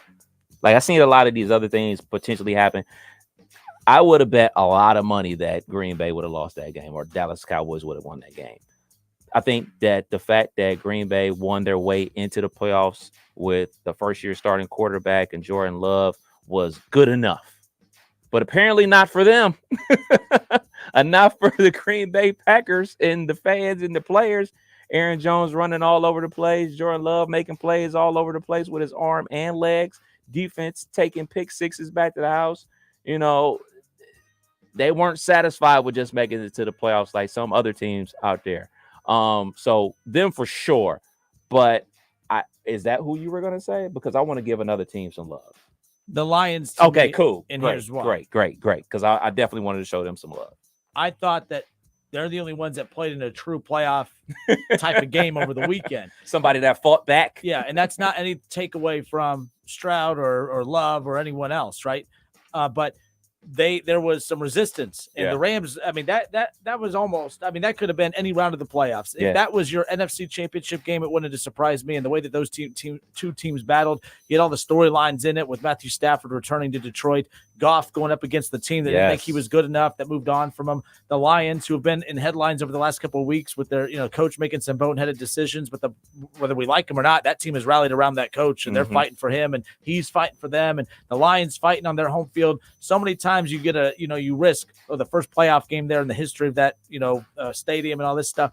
And they lived up to it. They held off the Rams. I mean, look, you look at the final numbers for Jared Goff. He completed 22 of his 27 pass attempts, 277 yards and a touchdown. He did exactly what he needed to do. He moved the ball when he needed to. The defense stepped up. They held off Matthew Stafford and the Rams. And Stafford, 367 yards, 2 touchdowns, no interceptions. It was a perfectly executed game from the quarterback position. And then the defense stepped up, and they were showing up on third down for both sides. It was just the best game of the weekend, no doubt. But I got to give some love to Jared Goff and the Lions, because they were, to me, every year these teams that kind of have a breakout year. We'll see if the Texans can follow it up again with another big one this weekend. Then they're, to me, taking over the top storyline, even though they're right up there. But the Lions, I got to make sure we give them some love. Absolutely. I'm right there with you. The resistance that they felt, I don't think other teams felt that type of resistance. As I think about it, the only other team that felt any type of resistance was the Buffalo Bills, with the Steelers cutting it to 7 in the fourth quarter. Like every other game was over in the third quarter. Like nobody in their right mind thought that the Dolphins were coming back. Everybody knew that game was over before it started. Yep. Once the second pick six happened with the Browns, everybody knew it was over. 27-0, it was over with the Cowboys. So the Lions to meet resistance from the Rams and to still prevail. I mean, like you said, with the storyline, the Stafford coming back, him talking in the post game, talking about his daughters, like being confused who to root for because they're Lions fans outside of obviously rooting for their dad and everything like that. Him, quote unquote, coming back home. We got some Detroit guys in our building, so they're a hot topic around our building lately. So I'm happy for the Rams. They definitely played a great game. Shout out to Benjamin Chimera, by the way. It's been a nice little run for him. Man. I told him, I said, the sports gods, the football gods have not been kind to me. Between Ohio State season, the Browns falling the way that they did, and then Michigan having to win the national championship. Nothing's going right for us here in the Buckeye State, of course. But Benjamin Chimera, host of Card Subject to Change Thursday nights from 6 to 7 p.m. By the way, he's feeling himself. That's why he comes barging in from time to time just to chirp a little bit, talking on that microphone, talking that wrestler talk. Absolutely. You had a message you wanted to touch on again here to wrap up this hour of the show heading in, and came across it on social media earlier. People upset, hey, you guys weren't on the air yesterday. Yeah, we weren't just taking another day off. We don't have enough PTO days accrued to take some days. Yesterday, of course, National Observance for Martin Luther King Day. Absolutely. Great holiday. I was down there at the march and rally yesterday, and it's just some things that were just floating across social media that kind of disgusted me, to be perfectly honest. Earlier this year, Jonathan Majors, the actor, he made comments about Martin Luther King and Coretta Scott King about, his ex-girlfriend wanted her to be there like Coretta was for Dr. King. And that rubbed me the wrong way. And then, the line of field that I work in, especially on Hot 102.9, we have a lot of club promoters and they do club nights and stuff like that. And they have flyers with Dr. King's face on them saying, hey, 3-day weekend, come party at our club. I find that very offensive. And then floating across social media, OnlyFans models saying, hey, 25% off for Martin Luther King Day. Come check out my pictures. Found that very offensive. And Pat McAfee with the naysayer jokes yesterday. I find all those things disgusting and offensive to the legacy of Dr. King. And the next time someone does that and you see that on social media or you see it in person, check them. And I don't say like check them in a violent way or an aggressive way. Make sure they understand why we have Monday off to observe Dr. King and all the great things that he did for our country. Not just a day to sleep in, not just a day to watch basketball and football, not just a day to be super lazy, but it's supposed to be in remembrance. That's all. No, very well put. And again, you put that out on social media at one Kev Nash. Yes, at one Kev Nash. And when I post certain things like that, it's not to create a buzz. It's just, social media is to talk about how you're feeling and certain things like that. And those were some of the things that kind of rubbed me the wrong way when I saw him on social media yesterday. Like that's not the time or place to be promoting your club or promoting your OnlyFans and using Dr. King as the tool to do so. I find those things pretty disgusting. And to be perfectly honest, I find what people do for the 4th of July kind of disgusting as well. Like, we're remembering the people that fought for this country. You shouldn't be out here promoting. Like, honor them by buying a couch half off. Exactly. I find that offensive, very offensive and disgusting, to be perfectly honest. So just remember why we didn't, quote unquote, work yesterday, or you had the day off from work yesterday. Remember why. Remember the why in these type of things. All right. That wraps up the hour. It's Kenner and Kev, 1410 Wing AM. We'll be right back.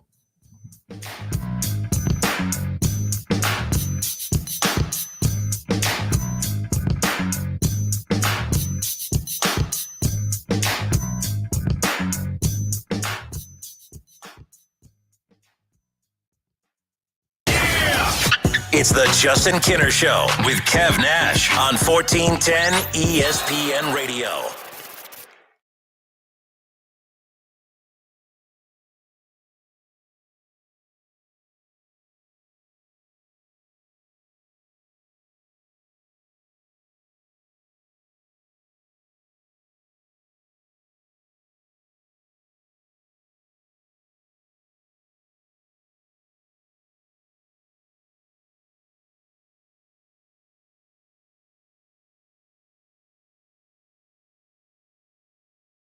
Hi, I'm Henry Winkler. My eyes are very important to me. My eyes connect me with things I love. I loved my late father-in-law dearly. He always lit up a room, but his vision dimmed with age. He had age-related macular degeneration, or AMD. And since partnering with Apellis, I've learned there's an advanced form of the disease called geographic atrophy, or GA. His struggle with vision loss made me want to help others know about GA's warning signs. For some, straight lines seem wavy, like when looking at a door frame. For others, blurry or missing spots can make it hard to read or see loved ones' faces. Many have trouble seeing in low light, making driving at night difficult. GA gets worse over time and cannot be reversed. If you've been diagnosed with AMD and notice vision changes, don't wait. Talk to your eye doctor about GA today. Learn more at GAWon'tWait.com. That's GAWon'tWait.com. The ONN Daily Podcast. Get a recap of all the day's news from across the state. ONN affiliate WBNS TV in Columbus has more. Haley Kirby reporting in downtown Toledo. From the State House, Kevin Landers. ONN Canton. ONN affiliate WKYC TV in Cleveland explains. In Marietta, Brett Wharf, ONN News. Emma Henderson in Genoa. The ONN Daily Podcast. Listen at ONNradio.com or wherever you download your favorite podcasts from the Ohio News Network. Hungry for a great time, maybe some great food? Then come on down to your neighborhood Submarine House. Try our oven-toasted deli subs, our mouth-watering salads, pizzas, appetizers, and more. And wash them down with a unique selection of craft beers while watching the big game on our big screens. With locations around Dayton, in Columbus, and our newest sports bar in Kettering, you're never far from a Submarine House. Subs, sports, spirits. Submarine House. Have you heard? Bath Creations has moved to their new location and showroom at 8741 North Kimmel Road in Clayton. This gives you even more opportunity to see the incredible amenities and craftsmanship Bath Creation offers. With Bath Creations, you get a beautiful, modern bathroom that is safe, comfortable, and affordable. Attention first responders, veterans, and active military. Save an additional $500 off your purchase. Visit at 8741 North Kimmel Road in Clayton or online at mybathcreations.com and get a new bath today. The Wendy's Biggie Bag comes with your choice of JBC or crispy chicken sandwich, plus 4-piece nugs, junior fries, and a small soft drink. U.S. price participation may vary. Third-party delivery pricing may be higher. Progressive presents 10 things on a plumber's to-do list that are harder than getting a small business insurance quote. Waking up for 5 a.m. plumbing disasters, finding out why water is pouring from the ceiling while telling a customer to leave the room, replacing a pipe in a home from the 1800s, then dealing with invoices or your awkward apprentice or that really weird smell, and then there's breathing and eating, and of course, clogs. But the easiest thing on any small business owner's to-do list, seeing if you could save on the business insurance that's right for you. Get a quote in as little as 6 minutes at progressivecommercial.com. Progressive Casualty Insurance Company. Coverage provided and serviced by affiliated and third-party insurers. O'Reilly. Did you know 1 in 4 car batteries is weak and needs to be replaced? O'Reilly Auto Parts will test your battery for free. If your battery needs to be replaced, our professional parts people can help you find the right Super Start battery for your vehicle and budget. Don't wait. Get your battery tested for free today at your local O'Reilly Auto Parts. O'Reilly Auto Parts. Coming to you live from the Superbook Sports Studios in Kettering. You're listening to Dayton's ESPN Radio, 1410 Wing AM.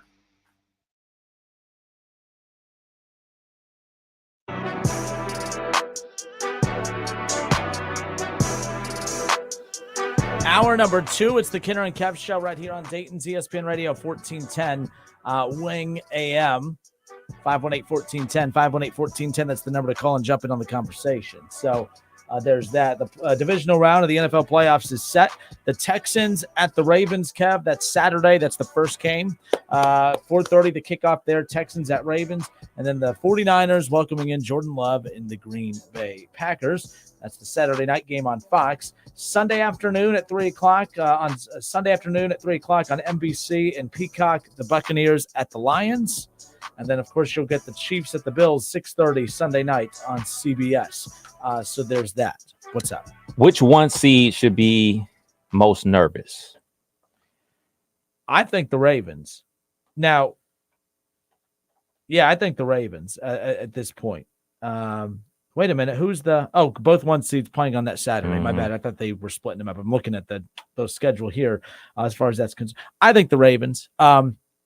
This and Packers fan Tim, you call in. This isn't me bearing your team. I'm not doing that. I think that I still like we've seen so many ups and downs of Jordan Love, and no one gave them a shot against the Cowboys. So it's like I don't know what to expect in that one. No one expected what Love and the Packers did against the Cowboys. So I'm not going to say they don't have a shot. Of course they do. And I haven't looked at the lines. I'm not sure how friendly the line is for the Packers. 9.5. Interesting. And 9 for Baltimore. Now again, that's an interesting one. The Texans are good. So the reason I said that about the Packers is because Houston's been consistent all season. Their ups and downs have stemmed from the absence of Stroud.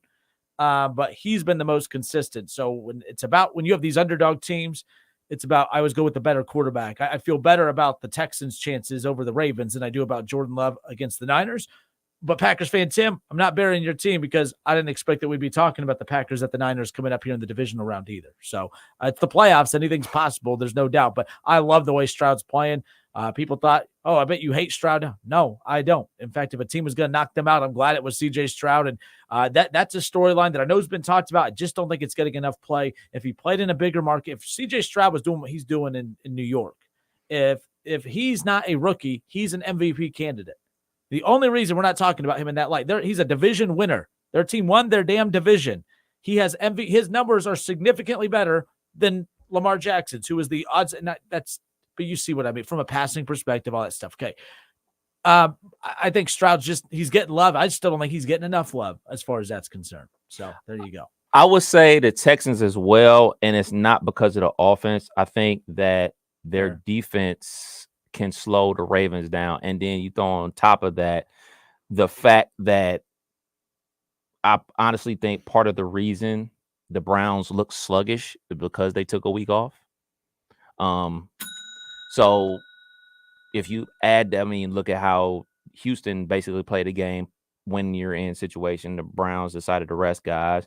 There's no right or wrong answer. The Lions played guys and got their tight end knee banged up. He played the other night, so thank goodness for that. But there's no right or wrong way to do it. We kind of talked about this with the Browns, but the Ravens, they not only took that week off versus the Steelers, but then they had the bye week because they were the number 1 seed. So, being in a rhythm, being there in action and game mode, I would worry about for the Baltimore Ravens. To that point about the Green Bay Packers, you're right. Jordan Love started out hot, cooled off October, started warm up November, on fire December. So that middle of the season is growing pains for the young quarterback. They're the youngest team in football. I heard them talk about it. I didn't know that until this past weekend that they were the youngest team in the NFL. So you had your growing pains in the middle of the season, and they're headed back up. And we said this when Jordan Love was on fire early in the season in September, if they go 3 in a row, they go three Hall of Fame quarterbacks in a row, I'm going to lose my mind. I'm going to flip a table. Jordan Love don't even have to be a Hall of Famer or MVP or whatever. If he's just a very good, if his ceiling is Kirk Cousins, just say that's his ceiling. That's the best he's ever gets. Is Kirk Cousins level. That's outstanding to go from Hall of Famer and Favre, Hall of Famer Aaron Rodgers to a very good quarterback. That would be insane. And right now he's looking like a very good quarterback. So, yeah, man, you got to give Jordan Love a ton of credit, man. And no doubt, I'm glad you brought that up about with the Ravens thing about resting some guys. And the Ravens aren't just coming off a bye week; they're coming off 2 weeks off, right? Which is why, in last week, I know you had said that. I can't remember when I asked you. I was concerned about the Browns 16 days. It was 17 days between real games from the Thursday night football game, which seems like ages ago, where they beat the Jets to clinch the playoff spot. All right. So they didn't play that weekend, then a whole week off. And then they played that game against the Bengals. And then that whole week off before they played the Texans. I'm like, that was 17 days off for the main starters. A lot of people said, no, that's not a big deal. Oh, they'll be fine. But then when they lose, everyone's ripping Kevin Stefanski. Oh, man, I bet you wish you wouldn't have arrested your starters or get that. I'm like, what are you guys talking about? I don't get that. I talked about that being my concern, but no one had that concern last week. And now all of a sudden everyone wants to blame Kevin Stefanski for that. I will defend him on this. I don't know what the right answer is because the Cleveland Browns were in a position where if they even looked at a football field, half these damn dudes got hurt. So playing them in a meaningless game against the Cincinnati Bengals, who were out of it, last place team, by the way, only team in the AFC North not to make the playoffs. Just wanted to remind people of that. Playing any starter significant minutes in that game, or in time in that game, and risking them get hurt. If Flacco plays against the Bengals and gets hurt in the second quarter, what is Kevin Stefanski doing? Yeah, it's what a are you doing? lose-lose situation. I don't know. I don't know what the right answer is. It's just like the preseason question. I don't know. I know that the results show you probably should play your guys during preseason, but I also know with what you're paying these dudes, Joe Burrow, who's soft as tissue in September, all right, when playing him in a preseason game, I don't blame Zach Taylor at all for not wanting him to even look at a football field because there's something about those months that he just can't seem to stay healthy. I don't blame them for not starting guys during the preseason.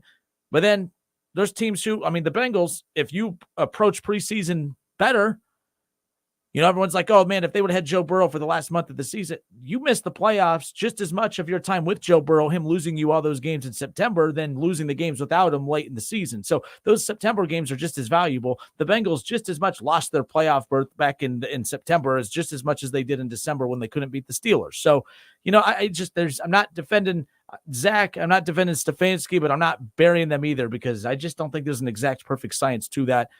You know, whatever it is. Yeah, I don't deal in the world of absolutes. I don't deal in the world of like, oh, you should be players, you guys. You shouldn't play your guys. You should do it off a field. You should do it off what the season has presented to you. If the season is presented to you that we're on our fourth quarterback that we got off the couch, it's sit that guy because, hey, man, we can't go back to DTR. We can't go back to PJ Walker. Like, you can't do that. Like, those guys were not moving the offense in the same way that Joe Flacco was. So let's put him in bubble wrap. Let's save him for the playoffs. I don't have a problem with that.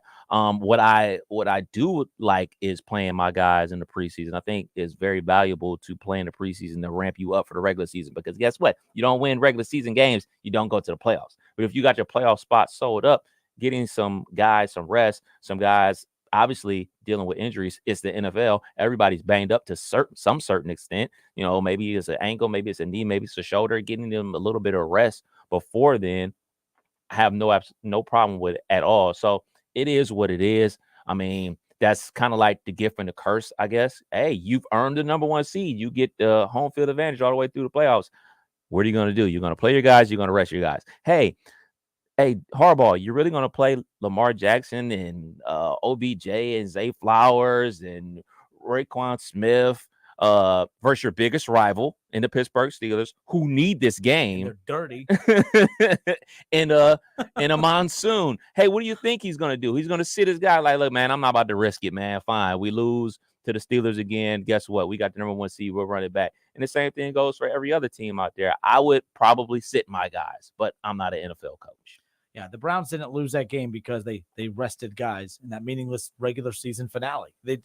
That's not why. But it may have played a role in why they didn't look as sharp coming out. But I mean, again, that's why me and you were shocked. I always thought the wild card team record would be better. I forgot who it was. Might have been Shaw. I don't know who it was that dropped I think it was me and Byers' show. Someone had dropped the wild card record for teams, and it wasn't as good as what I thought it was. Because a lot of wildcard teams, they're in playoff mode the final month of the season, while teams like the Ravens and Niners and others, you know, they're trying to figure out how to rest their starters without keeping their, you know, ruining their mojo heading in to the playoffs as far as that's concerned. But Texans at Ravens, Packers at 49ers on AFC, NFC divisional rounds coming up on Sunday night afternoon, I should say. The Bucs at the Lions and the Chiefs at the Bills. I will say the Buccaneers, you got past the Eagles. The Lions, let me ask you this, the Buccaneers, of all the teams left in the playoffs, that's the friendliest one for them that I think they match up okay against. I think that they can go blow for blow offensively with the Lions. I just worry about the Bucs defense as far as that's concerned with Jared Goff. Where are you at with this matchup? I think of all the matchups, I think this is the most interesting one. Chiefs at Bills, everyone will talk about. But depending on what Baker comes out, Buccaneers led by Baker at the Lions, that's an interesting one. Or is that the least interesting one to you this weekend? I won't say least interesting. We're talking about elite teams. I don't think there's any matchup that I would say least. I think they're all equally good. But what I will say is the Rams didn't do themselves enough service by running the ball. They should have threw the ball more. And the thing that's going to work in the Buccaneers' favor is they don't run the ball. They throw the ball. The Lions secondary is garbage. As great as that offense is, as great as that front four is, the DBs, not so much. Branch, the young safety out of Alabama, very good. Everybody else, not so much. CJ Gardner-Johnson probably should have stayed with the Philadelphia Eagles. Maybe he fits in that system better. But the guys are getting ate alive. Nakua ate them alive. Cooper Kupp ate them alive. The Rams should have passed the ball more. They should have put it on Matthew Stafford's arm to lead them to victory. I think if they would have threw the ball maybe like 10 more times, I think they win that game. Think they win that game if that happens. Now, you go back to the matchup they had with the Lions early in the season. It was 20-6. Lions won that game. Obviously, Buccaneers are going to need to score more than 6 points to win that game versus the Lions. That's going to be a tight game. I mean, I think something this past weekend taught us about Wild Card Weekend is the ebbs and flows of the NFL. This thing is always wide open, man. We think we know. We have no idea. Nobody.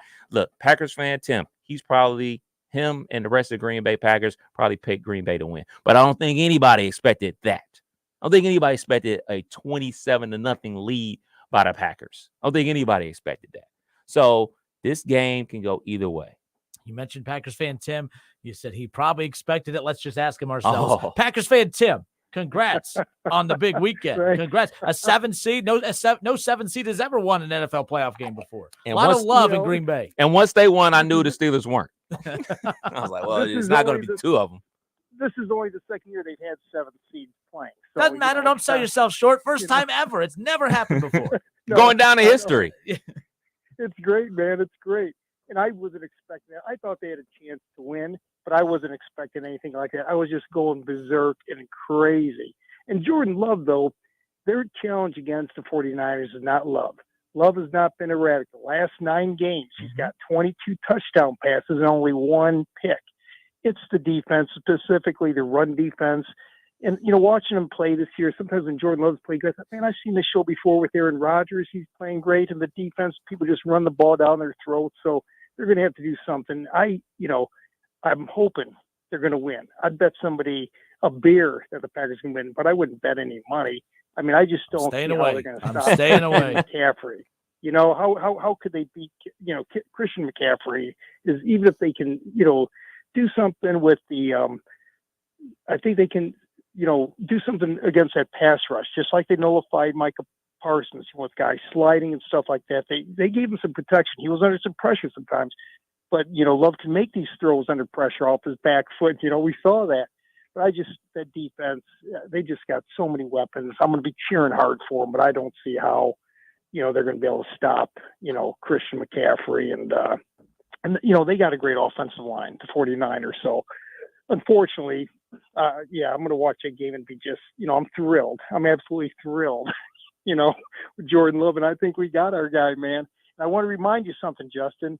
Back in October, the Packers were 2-5. And you told me, and Jordan Love was struggling with, completions. He's throwing some touchdowns, but his completion percentage is about 50%. He's up to, I think, almost 65 now. But you said to me the next pass he was going to complete was when he passed the baton to his successor. Wow. That was a good one. I'm always nervous when people say, you told me. I'm like, oh, crap, I say a lot. But come on, Tim, that was a good one. He got receipts. The next pass he completes will be the baton. That was a good one. I'm proud of myself on that. I was wrong, funny. But, Yes, you were. And I forgot. You remember everything. Damn it, Tim. Like, you when never it comes to the Packers, man, but yeah, I think they got their guy. And the way he's playing now, it's just, man, this is just incredible. It's just incredible. And Aaron Jones running the ball. I mean, who knows? I do think if they can get by the 49ers, then I'm liking them all the way. But CJ Stroud and the Texans, they have a much better chance against Baltimore, I believe, because they've got some great players on defense. And I know people talk about offense, how important it is. It is. But when you win a world championship, when the Packers won it before, it wasn't just Aaron Rodgers. Man, they had Charles Woodson. They had a Hall of Famer. They had Let him tell you, it was other him. Guys. We don't have guys like that on the defense. We've got some good players. Jair. But he's not Charles Woodson. He going out there for the coin flip. White. it was kind of humorous. I think it was pretty dumb, but it was kind of humorous. And that's just kind of, some of these cornerbacks are like wide receivers, man. They live in their own world, They do their own thing. So anyways, fun show, you guys. But I had to get in here and give a little bit of public love for the Green Bay Packers. Packers fan Tim, before we let you go, I think Kev Nash wants to thank you for helping me, pay off my debt finally. Absolutely. Appreciate it, man. Hooray, beer. I think I got the brand right. You did. Thank you. You're welcome. You're welcome. Packers fan. Helping Justin out with his New Year's resolutions. See you later, Tim. Appreciate you. See you guys. Come on in. You're going to come in. You're going to distract the show. You're going to interrupt by all means. Oh, man. By all means. Actually, I don't, the mic's hot right there. Ladies and gentlemen, Benjamin Chimera. So, guys, how was your weekend? No, hold up. Time out. Like, there's no disdain for your team, the Detroit Lions, they at least did it the right way. It was nice. What was it like seeing a team win that did it the right way for once? Was that weird? It was pretty good. There were no phantom headaches on the sideline. There were no DUIs. There were no tattoo violations. There were no serial murderers. It was great. Not like you guys Don't would throw know. shade at the Florida football program. Not like you guys would know. But how was your weekend? Did your teams win? No, it's been an ongoing issue. Oh, Ohio State didn't play this weekend? Why would they play this weekend? Well, that's Why, right. The season's season over. ended Yes, it did. with a Michigan national championship, didn't it? It did. Oh, so Ohio State didn't play. Wait a minute. Let's double back. They did play the Wolverines in basketball and also got roasted by double digits. I didn't know you watched college basketball. That pains me. I watched that game too. I forgot about that. So what's going on in Columbus? By the way, a lot of guys? cheaters in attendance for that as well. Yeah? They were honoring the fact that, man, we got cheaters in attendance. They were showing, obviously, Jalen Rose. They were showing others. Man, Fab you guys Five? just embrace it, don't you? Yeah, we ride like stallions up there, if you know what I mean. Right? Still don't put those banners up, though. We got the banners up. Still don't got the banners up. I don't know what's up with that. I don't know why the NCAA apparently they support cheating now. Well, they do. Yeah. Well, they let Ohio State get away with it for so long. They didn't. How did that happen? They let them get away with it for so long. They thought they'd throw Michigan a bone, but maybe the Buckeyes will be relevant again. What do you think? 2045, 2050? This fall. Let's fall back to your team, the Okay, Lions. the that Lions. did it the right way. All right. Give us your final thoughts on your Lions. Biggest storyline come out of the weekend? Oh, man. There were so many, but here's the You one. were there with Pam, by the way. Pam was in attendance at the Lions game. Good for you. We So you were were sitting there next to each other the whole time. And I got to tell you, the biggest storyline coming out of that for me, even though the media kind of glossed over it, was Jared Goff and Brad Holmes getting one back on the Rams. Yeah. Because Jared got thrown away like dirty laundry, It was like they traded Stafford for those picks, right? And they just threw Jared Goff in like he was nothing. So the fact that he was able to get one back on Sean McVay, and then for Brad Holmes to be part of that staff too, and he never got, the assistant GM position like he wanted. He was just director on scouting. For him to leave and be the Lions GM, for the fact that Brad Holmes and Jared Goff got to get one back on the Rams, that to me that's like the most Detroit storyline ever. Josh Reynolds. Yeah, getting thrown away like By the way, garbage. another Detroit team that needed someone from Ohio State to come help build a winner. How about Spielman being in that front office? Yeah, helping lead Spielman's the way? Spielman. You got Jonah. Well, Jonah Jackson, I don't really count as a Buckeye because he was only there, like half a season, right? Real quick, last thing before you bounce out of here. Were you one of the mean Lions fans that were booing the poor children? No. I would have, but why weren't you? That's foul. They're still Lions fans. Yeah, there's a big story about it. They're big fans of the city. They have so much there, but just I think people were just way too excited. You know what I mean?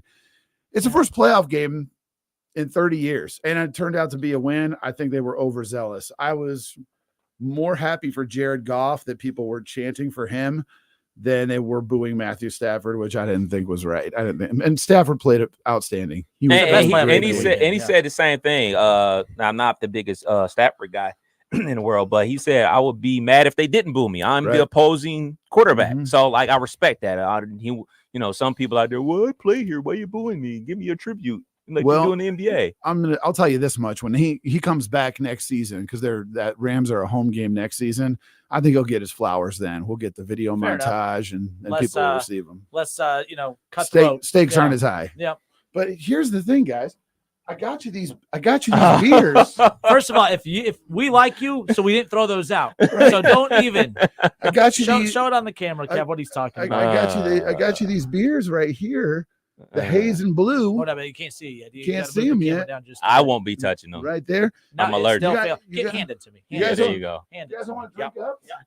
up? He's putting it right in the garbage, folks. He's putting it right in the trash. There it is, amazing blue beer. Rubbish. Enjoy one on me from the winningest state in 2024. I have to give it to you, Michigan. though. You guys are on a roll. We're on a roll. Yep. But Now roll we the hell on out got of we here. got to work our magic on the Pistons next. That's gonna be a while. They won a game the other night though. They got the Wizards. Hey, have they tried cheating? Maybe that might help turn it around. Ladies and gentlemen, nope, mic's off. We got to go. It's a Kidder and Kev Show, 1410 ESPN Radio.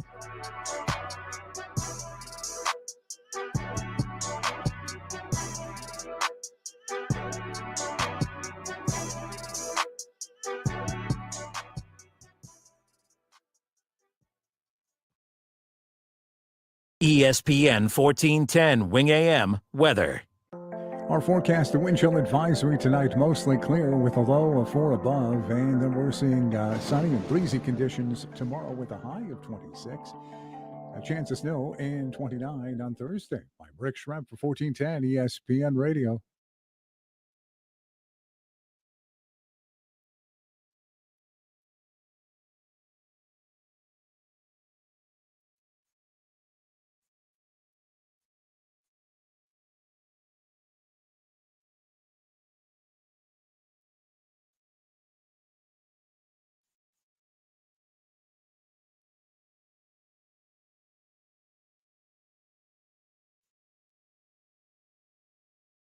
Hey, let me tell you about the advantages of driving with my friends at Cordell Transportation. First of all, for the new year, they're offering brand new equipment to drive. They've purchased new equipment, and not a lot of people could say that, but they've got it, and they're ready to roll with you. Cordell Transportation is offering an incredible $5,000 sign-on bonus paid over 18 months. If you're an experienced Class A CDL driver looking for excellent benefits, home daily dedicated lanes, no-touch freights, then apply today online at CordellTransportation.com. Cordell Transportation, driven to succeed.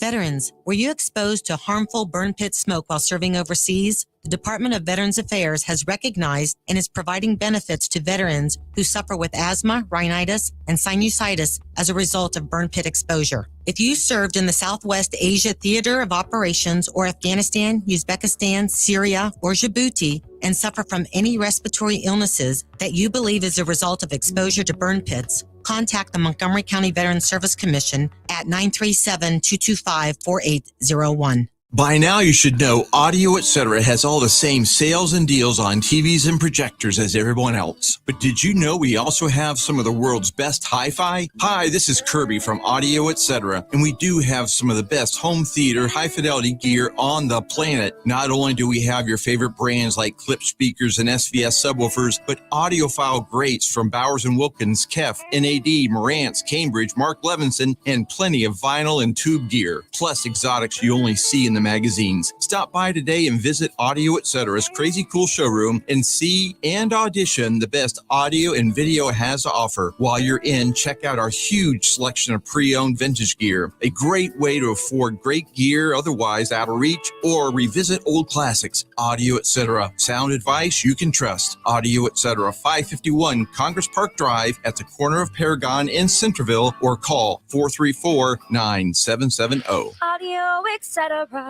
crazy cool showroom. Everybody knows that Roosters is a fun, casual joint with their award-winning waitstaff, great food, fun, and laughter. It's a quick stop on the way home to sit back and unwind. It's a front row seat to the big game. Roosters is where you, your family, and friends can order pizzas, sandwiches, salads, and more. And the home of award-winning wings that are fresh, never frozen, and so big you won't believe it. It's your family's other dinner table. Roosters, a fun, casual joint, and proud sponsor of Ohio State Athletics. Get a tax refund advance loan at Jackson Hewitt now.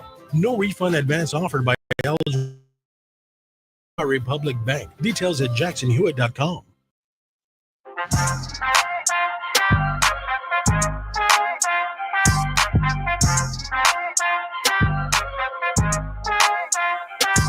Shaw's on hold. I'm not punishing him. I just know what he wants to talk about. We're just not ready to get into the college football conversation yet. We are almost there.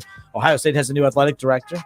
That's some big news. And it's not just that they have a new athletic director, it's who they brought over. Now, when you hear the school that he's coming from, there's going to be some people that wince a little bit. And there's one reason, I think Kev and I, without even talking about the reason, and I put it on the Facebook page yesterday, there's one reason why this guy I think was a very, very smart hire, completely different than Gene Smith and his approach to a particular topic and, a very important factor in college athletics right now. So we'll talk about that here in a moment. Dayton Flyers cracked the top 25. That's important to highlight. They got a big one tonight. We'll talk about that here just around the corner as well. Wright State coming off of that big road trip. 5 of the first 6 games, Kev, have been on the road. Coach Nagy happy that they are back home. Welcome home. You were up there in Youngstown, well, in Pittsburgh and Youngstown, that Friday night game. So I'm watching, doing other things around the house. Everything's good until it wasn't good. 18-0 run. Yeah. Now, the message board people just going crazy about Coach Nagy. Does he know what a timeout is? He should have asked for a timeout for Christmas, yada, yada, yada.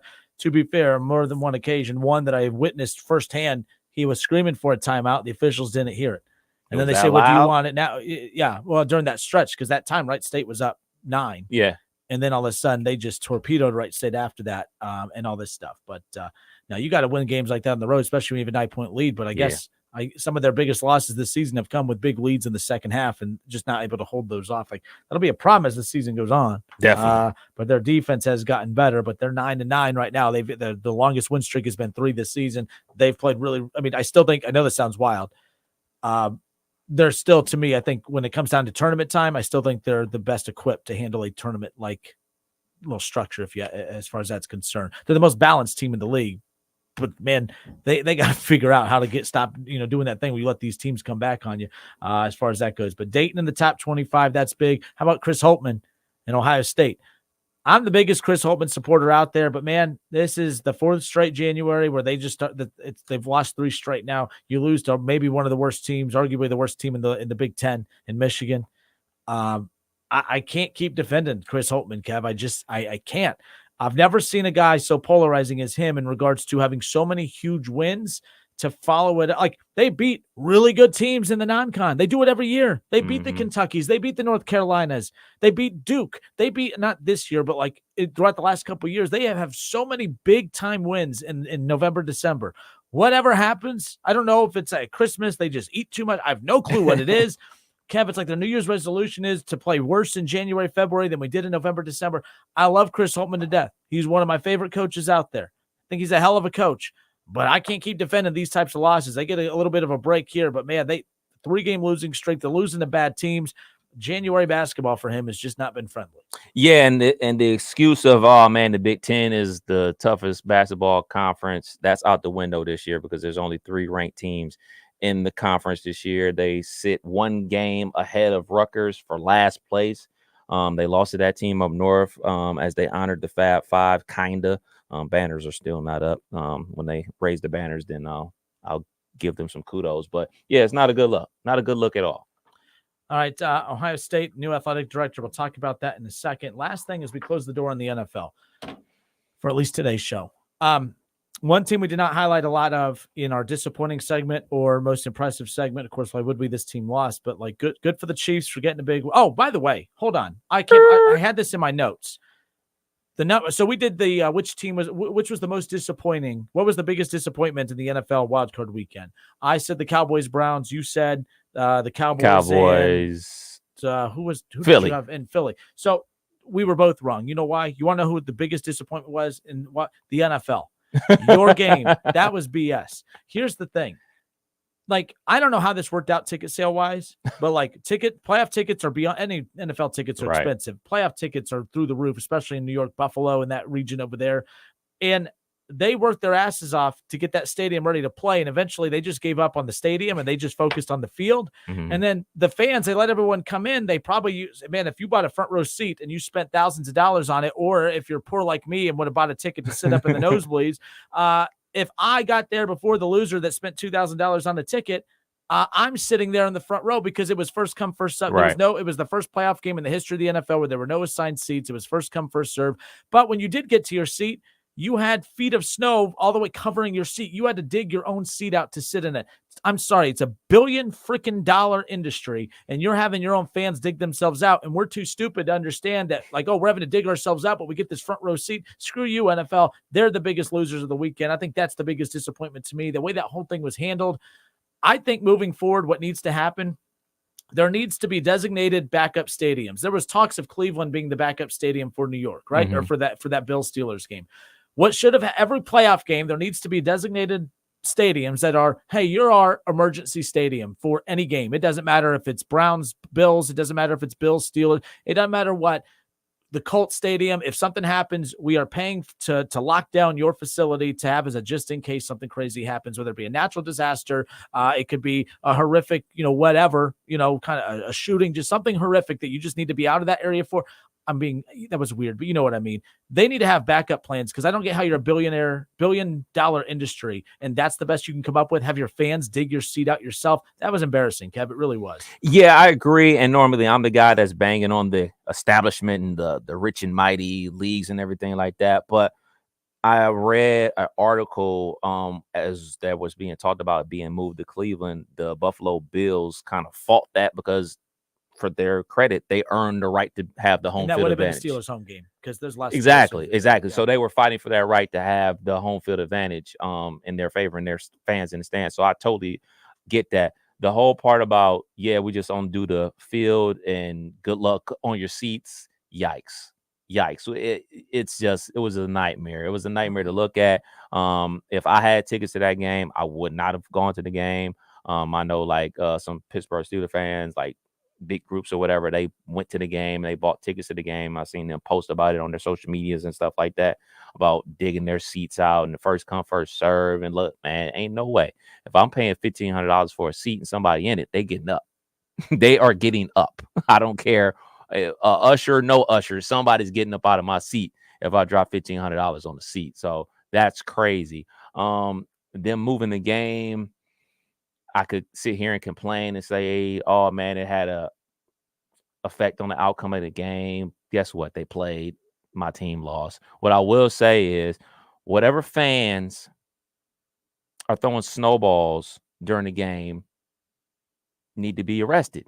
Whatever fans are throwing popcorn on coaches as they're leaving the field need to be arrested. Like, stop with the silliness. Stop with the silliness, man.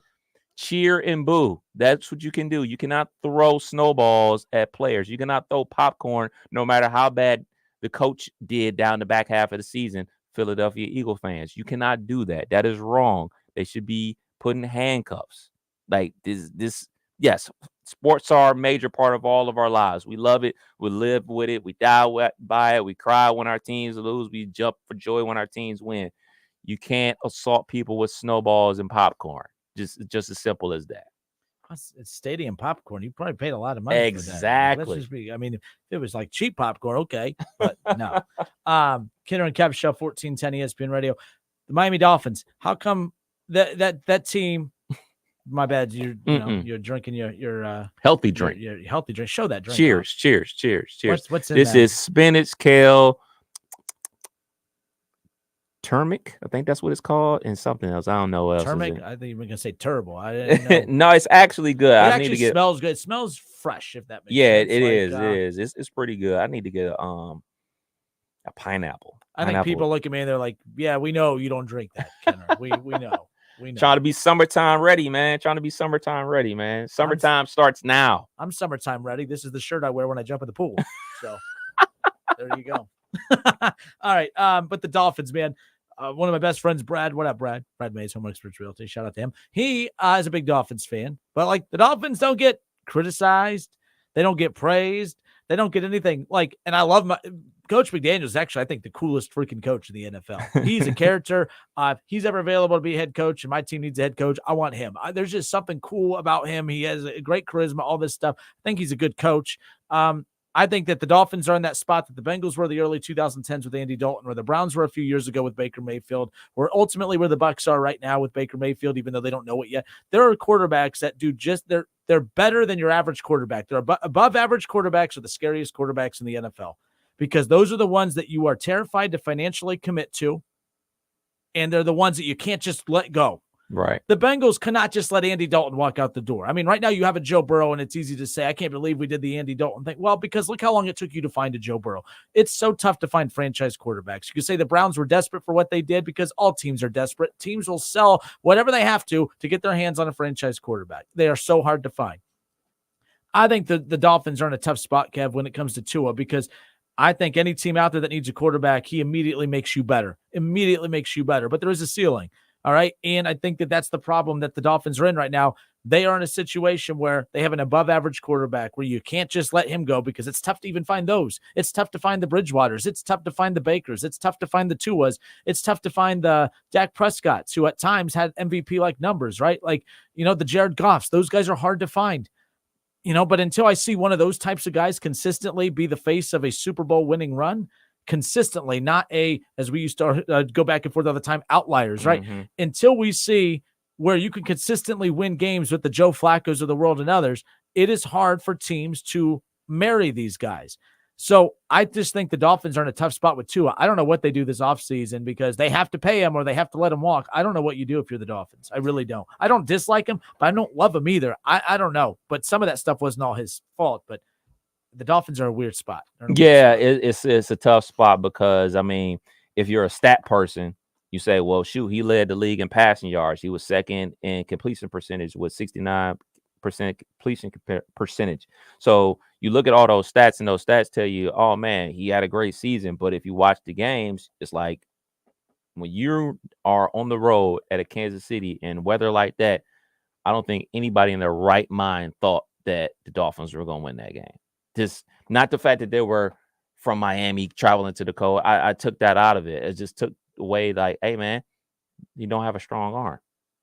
Like, part of the reason that the Buffalo Bills drafted Josh Allen, because he's a big, strong arm guy.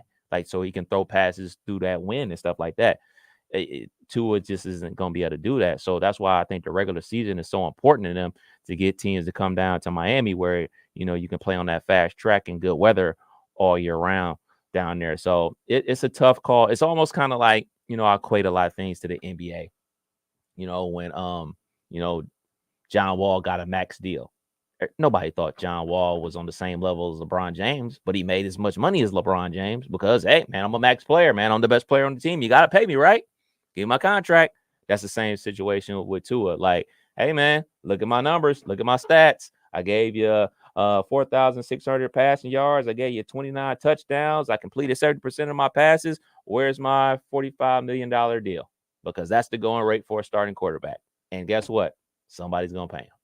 No doubt. And like I said, I'm not burying the Dolphins. I just think they are in the scariest. I feel worse for teams like that. And by the way, the Packers with Jordan Love, I know he's coming off that big win against the Cowboys, but if he looks pedestrian this week, if he looks bad against the Niners, which the Niners have made a lot of quarterbacks look bad, right? But okay, the Packers, you guys think you have the Brett Favre to Aaron Rodgers to now the Jordan Love handoff, right? Like, that's what's happened. But he's due to be paid. What do you do? Like, I feel bad for teams like the Packers, because we don't know. Especially with Jordan Love, because he's only been able to play one full season. Yeah. The other guys have played multiple years, so you got more spots to look at. You got more data to look at. With him, it's just this one singular year. But you're betting on his future. You're betting on him becoming more than. It's a Kinner and Kev Show, 1410 ESPN Radio. Shaw's been on hold. He wants to talk about his Michigan Wolverines. They're national champions. Your head coach and Mike Tomlin addressed his team today. He said he doesn't know where the narrative is coming, that he won't be back next season. He's coming back next season. Mike Tomlin with the Pittsburgh Steelers. Again, it's another typical Steelers. Win the games, 500 record, going to make the playoffs, going to get ousted from the playoffs, and then we'll do this again next year when he keeps that win streak going, or the consecutive. Like, at some point, every team does this where Mhm. finally we've had it like the Cowboys. I mean, the Cowboys are about to move on from McCarthy because getting to the playoffs and at least they're winning their division. I'm not hating on your team, but I would be more aggressive if you weren't here. The Cowboys seem to care more about winning in the playoffs than the Pittsburgh Steelers because Really? the Steelers just seem like a team that, well, if you get there, that's great. That's all we care about. Like there's like Tomlin saying he's coming back. Why should he be that damn confident that he's coming back when, again, this is another season where things aren't getting done in the playoffs? I feel like there is so much more patience for Tomlin, who has won one Super Bowl. I feel like he gets a lot more leeway than every other coach. And it's always been weird talking about him because it's not like I'm saying he's a bad coach, but I am surprised that the Steelers just continue acting like we're good. It's a steal away. I get that, but man, where are you? I know you expected them. You didn't expect. I don't know where you were with expecting to make the playoffs. I expected this game. I expected them to make the playoffs, and I expected this game. But this game's like on loop, right? Isn't it don't make it no better. You don't make me happy that, oh man, I was right. We lost. That high five, guys. No, I'm mad we lost too. I'm just as mad as the players, probably more, because I live and die with my team. But I mean, I think it's just the simple fact that like people like, Uncle Shannon Sharp, he wants more out of the Pittsburgh Steelers, but especially you look at certain people's ages when you talk about the Pittsburgh Steelers. Him being older, obviously, he grew up during the Steel Curtain era when they won all those Super Bowls in a row and stuff like that. When he played in the league, the Pittsburgh Steelers were in contention to win Super Bowls. Actually, one of his teams knocked us out from playing in the Super Bowl. So, like, he understands that. He's a Baltimore Raven. So, like, man, this is the Pittsburgh Steelers. Like, they should be winning more and more and more. The fact of the matter is, in my opinion at least, if we simply look at the Patriots run, we talk about outliers. There's your outlier. There's your outlier right there. What most teams do is it's ups and downs, it's peaks and valleys. There's no doubt about it. The team is in a valley right now. There's no doubt about Patriots go like 7. They went once at one point. There was a stretch of 7 years without a Super Bowl during the Tom Brady. I mean, they did go a good 7-8 year stretch. But like they were in it though. They were in it to win it. They were in it. Title game. Yeah. So I mean, I just think like I never thought or for 1 second that he was leaving. I don't think that any coach or any player is above being questioned about how the team is playing, especially, I mean, you're the head coach. You should be questioned about how your team is playing. You should be questioned about it all. So I have no problem with him being questioned about his upcoming contract or him coaching the team next year. I have no problem with Brooke Pryor asking that question, and also don't have a problem with him chucking the deuces and walking off the podium either. Like, I'm here to talk about the game. I'm not talking about my contract. I'll talk about my contract later. He addressed it today. I have no problem with either. And as far as like you, of course, we all want more. But like, I remember when the Buffalo Bills made it to 4 straight Super Bowls, people were like, well, when are we going to get over the hurdle? We all got to realize it don't matter to nobody unless you're hosting that Lombardi. That's the only thing that matters. Because, hey, man, if the Detroit Lions make it to the Super Bowl, they'll be like, oh, man, what a great run that year. But next year, you can't do that same thing. We just saw it with the Cincinnati Bengals. Cincinnati Bengals were 1 play away from potentially winning the Super Bowl. Next year, they made it to the AFC Championship. We have callers on this show that were upset with the Cincinnati Bengals for not at least making it back to the Super Bowl. It's Super Bowl or bust, no matter what team you are after a certain point. So he has to deal with those situations, and he has to hold the bag for not getting rid of Matt Canada earlier. He has to hold the bag for that. That's on him. He's the head coach. He gets paid a handsome salary to do so. He's going to have to eat that. And I don't think Mike Tomlin has ever ran away from, quote unquote, the heat of being the head coach of a football team.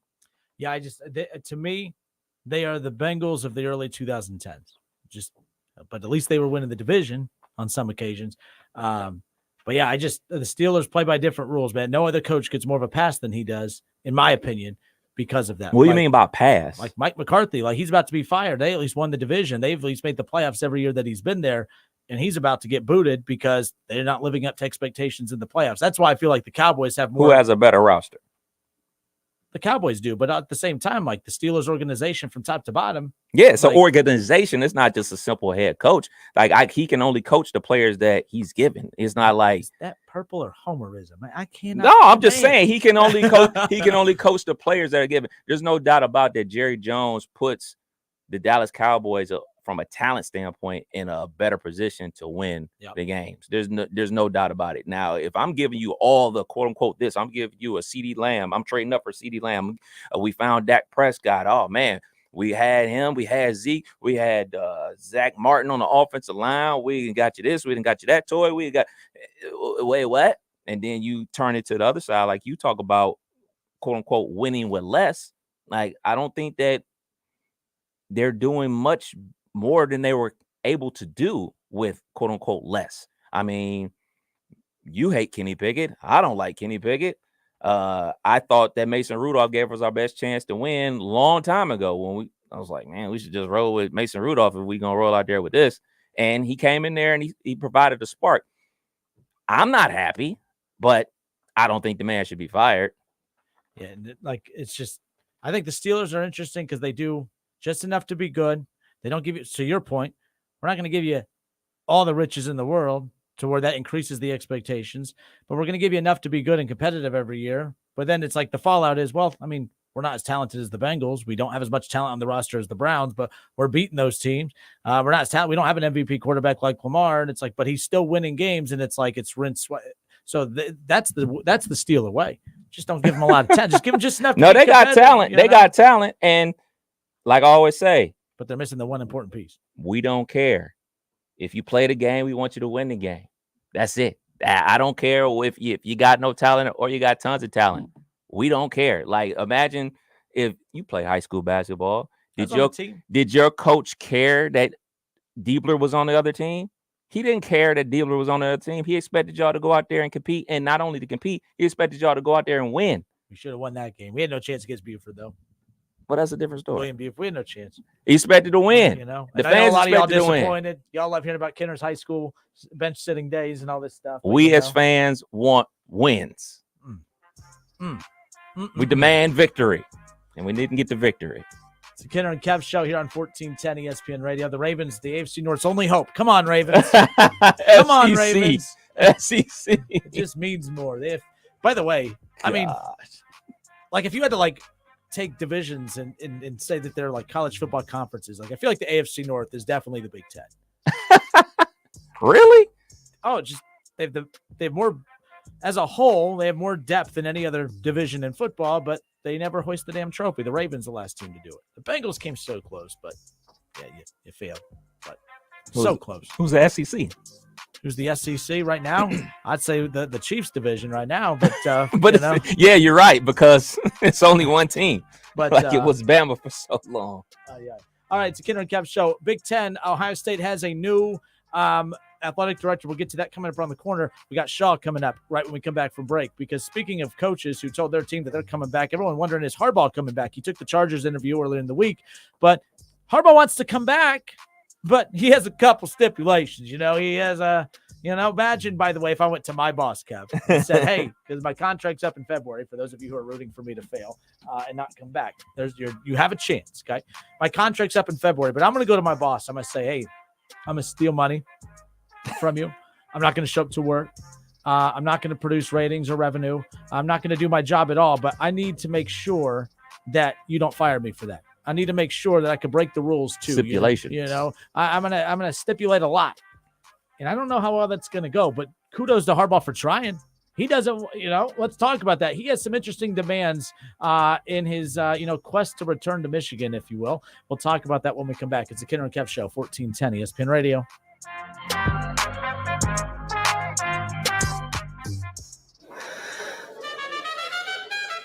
Denise has been playing jazz for 40 years. Last concert, one of the musicians fell sick with RSV. Respiratory syncytial virus, or RSV, is a highly contagious virus that can lead to breathing problems. This time, she's choosing to help protect herself with Pfizer's RSV vaccine, Abrysvo. Abrysvo is a vaccine for the prevention of lower respiratory tract disease caused by respiratory syncytial virus, RSV, in adults 60 years of age and older. Abrysvo is not for everyone and may not protect all who receive the vaccine. Don't get Abrysvo if you've had a severe allergic reaction to its ingredients. People with a weakened immune system may have a decreased response to Abrysvo. The most common side effects are tiredness, headache, pain at the injection site, and muscle pain. Ask your pharmacist or doctor about Pfizer's RSV vaccine, Abrysvo, respiratory syncytial virus vaccine. For full prescribing information, please call 1-844-989-7284 or visit abrysvo.com. Brought to you by Pfizer.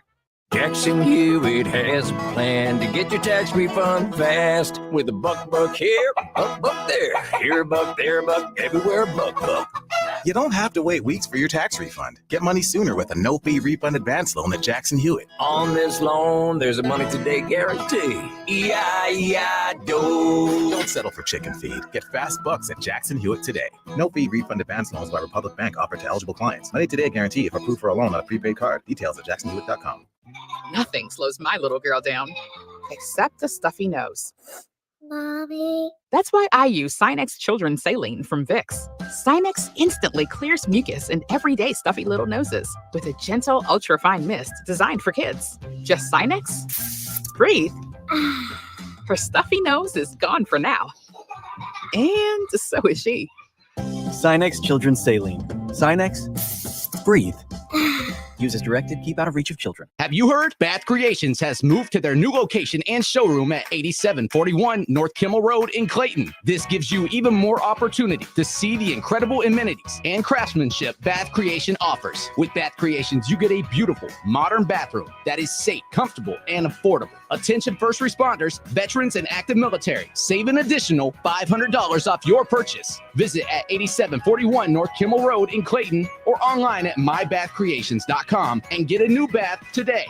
If you need new roofing, siding, or gutters, skylights, or patio enclosures, if you're a homeowner or business and need someone you can trust, don't take a chance. Enhance with Lance. Lance Roofing and Siding in Fairborn has been satisfying customers since 1993 and hold an A+ rating with the Better Business Bureau. Lance Roofing and Siding, 8460 Dayton Springfield Road in Fairborn. Call for a free estimate at 864-2722. That's 864-2722 or online at lanceroofing.com.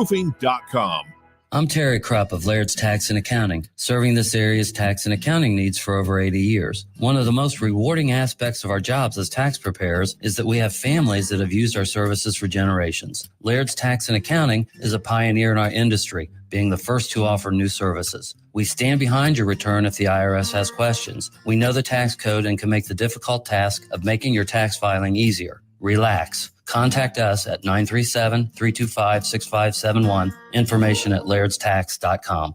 Are you curious about QC Kinetics? Let me tell you what we do. That's Dr. Daniel Zuckerman, a medical director at QC Kinetics. We treat people who have joint pain, and we use your body's healing properties, the things that you already have in you, in your blood, to heal your knee pain, your joint pain, your shoulder pain, your back pain. You have everything that you need in you already. The same natural process that heals a cut on your finger also works inside your body. And so what we do at QC Kinetics is take those healing properties, concentrate them down from your body, and put them where they need to go. We are the experts in regenerative medicine. That's all we do. And best of all, there's no surgery, no downtime, or harmful drugs. This is the future of medicine. And your consultation is completely free. Call QC Kinetics, 937-936-0325. That's 937-936-0325. 937-936-0325. Discover wants everyone to feel special with live 24/7 customer service. Learn more at discover.com/credit card. Limitations apply.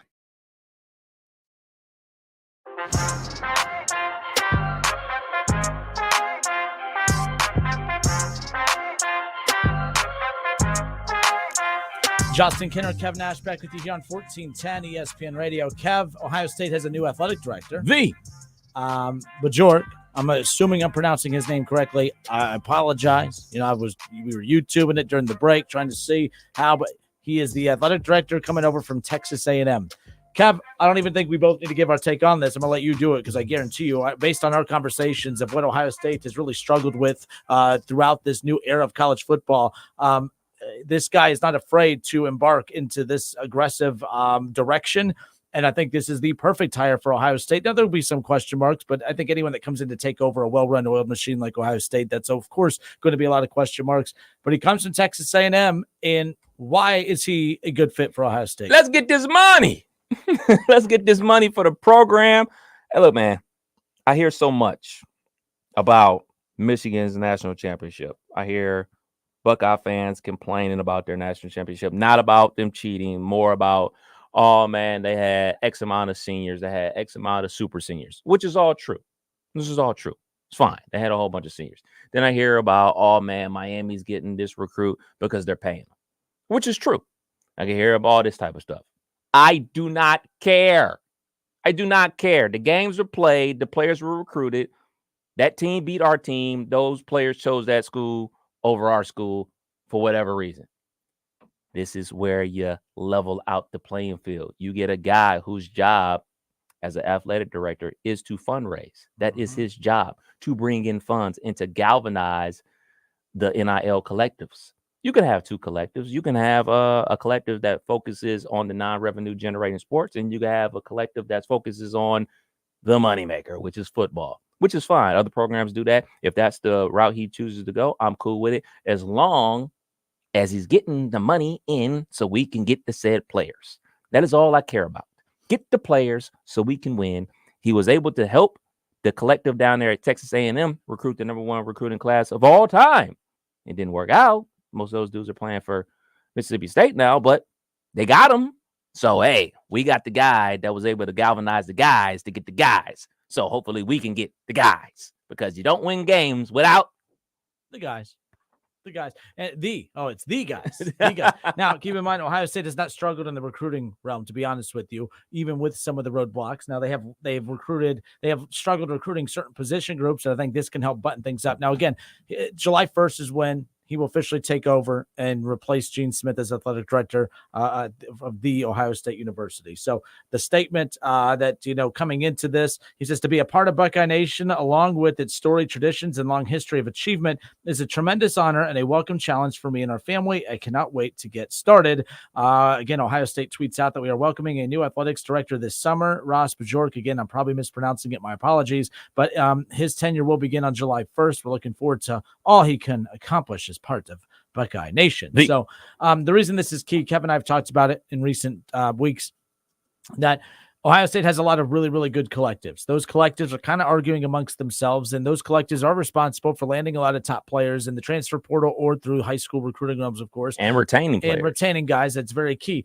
But they're not operating all on the same page. In fact, they're battling against one another. And then they're also battling Gene Smith in the Ohio State Athletics Department, because Gene Smith, technically his job is to make sure that everything continues flowing as far as the wins are concerned, but also has to make sure that the money coming in stays.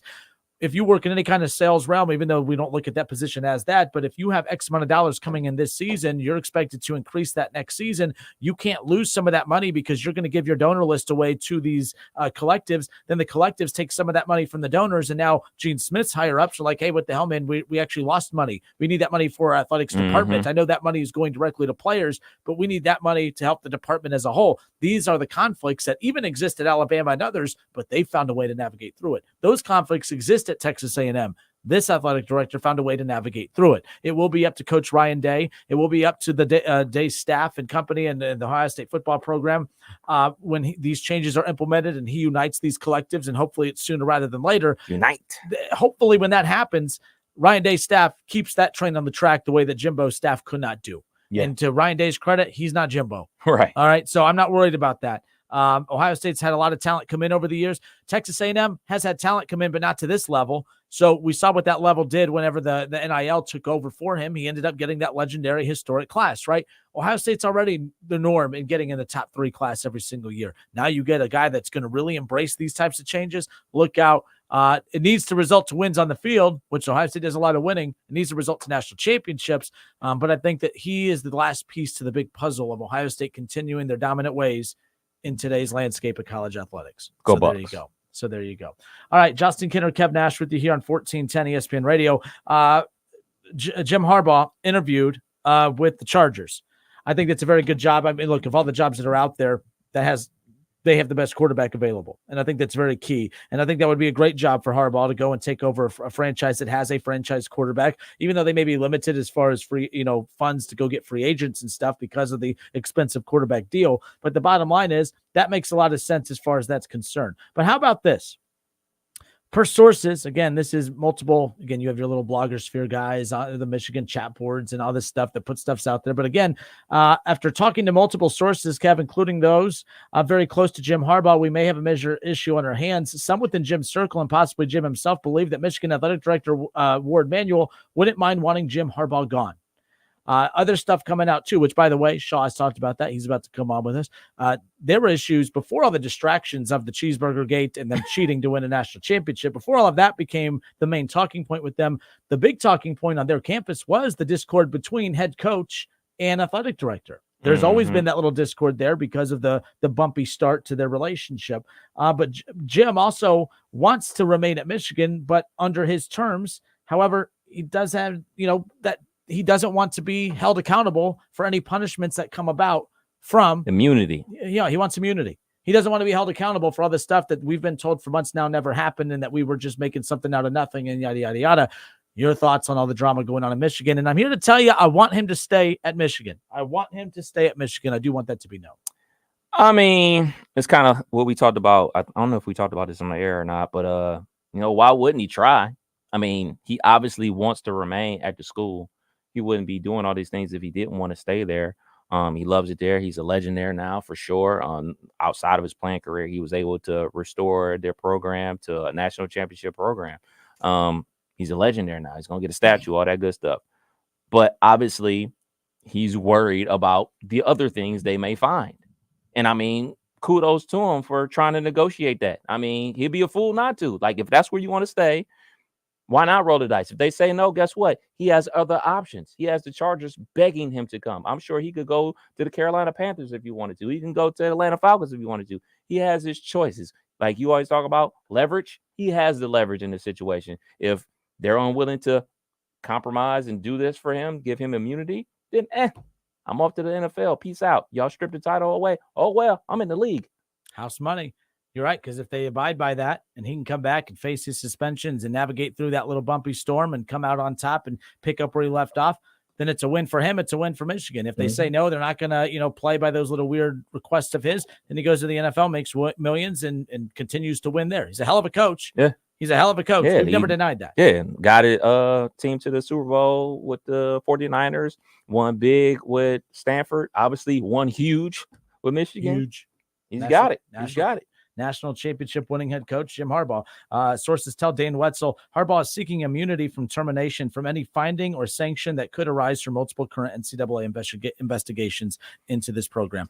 Basically stating, so he's not saying you can't suspend me, you can't do. He's basically saying, hey, you can't fire me no matter what comes out of this NCAA. I don't even know how you legally put that in fine print though. So basically, cause is thrown out the window. Basically, if I'm reading that correctly, I'm understanding that correctly. Yeah, you hear terms like diplomatic immunity, like in government, when people from other countries are in our country and stuff like that, and they're allowed to roam freely, and I have diplomatic immunity. I can go and come as I please and things like that. I've never heard it used in the college football realm before. And some of that is the immunity of, hey, I know I've done something wrong. I've committed a crime. I have something that you want, though, and I'll give you that information. I'll come clean, but I can't be held accountable for it. And I'm going to come clean because there's bigger fish to catch in this situation. Bigger fish to fry. What's the little say? He cheated. That's all that matters. Yeah. But foreign government. So the last time we did a show where we were taking calls, of course, it was the Monday of the national championship. Okay. And the next day I had to end up, I obviously was in Pittsburgh. Conveniently on the road. Okay. Oh, that's what everyone said too. Oh, yeah. So I was like, man, Sean never really got to call in and gloat all last week. And, he came out to the show Sunday and we weren't out there, so he couldn't gloat then. And then here we are. I made him wait for an hour. Now we're piling on his team. But I wanted to give him the floor. Shaw, the floor is yours. Your Michigan Wolverines, national champions. It's painful to say. You should play that music in the background too. Which one? I know you still got it on the board. Oh, our fight song. Black and Yellow? Hold on. Let me find it. Fair's fair. I mean, it's somewhere. Just get to it. Just get to it. We're good. Where should I start? I'll tell you where you start. Let's start with the game. What did you think of the game? I thought it was exactly how I thought it was going to go. If you remember, when I was on here last Monday, and I was getting laughed off the air by saying that it was going to be 42. They actually scored less than what I thought they were going to. I gave them 23, and I got basically laughed off the air. It should have been worse. We should have scored in the 40s. But for whatever reason, Harbaugh and his offensive coordinator decided they wanted to let JJ, quote unquote, eat. And we decided to let Washington hang around. But at the end of the day, the best team took over in the fourth quarter, and we dominated the line of scrimmage like I told you they were going to. And a certain quarterback looked like he played for Indiana, not Washington. That quarterback actually played better against you when he was at Indiana than for Washington, but carry on. And he was 1-1 against us. So shall we continue? I mean, CJ Stroud threw for almost 400 and lost twice. So, I mean, where are we going with that? National champions. What do you got? My response. What do you think about JJ going pro? For him, congratulations. I hope it works out for you. Me personally, I don't think it's the right move. But on the other hand, that being said, him coming back and us expecting Michigan to say, yeah, let's just start throwing the ball around the yard, that wasn't going to happen. So there's nothing he was going to learn at Michigan that was going to get him better into a better position than what he is right now. You throw in the chance of getting hurt, you throw in the chance of looking even worse, yada, or anything else like that. Michigan was not going to advance him further than what he is right now. Because if we think that all of a sudden, because J.J. McCarthy comes back, they're going to start loading up 4 and 5 wide and start sucking this thing 40, 50 times, that just isn't happening. So I don't know. I'm 50-50 on it. I hope it succeeds, but I can also see it failing miserably too. So what round? End of the first, top of the second. You think he's a first-round quarterback? I mean, a lot of mocks have him there. I just don't see it. Somebody, like, there's a lot of stuff that he does that, not calling you guys this, not just saying it, just the normal fan doesn't see what he does. He has a lot of skill.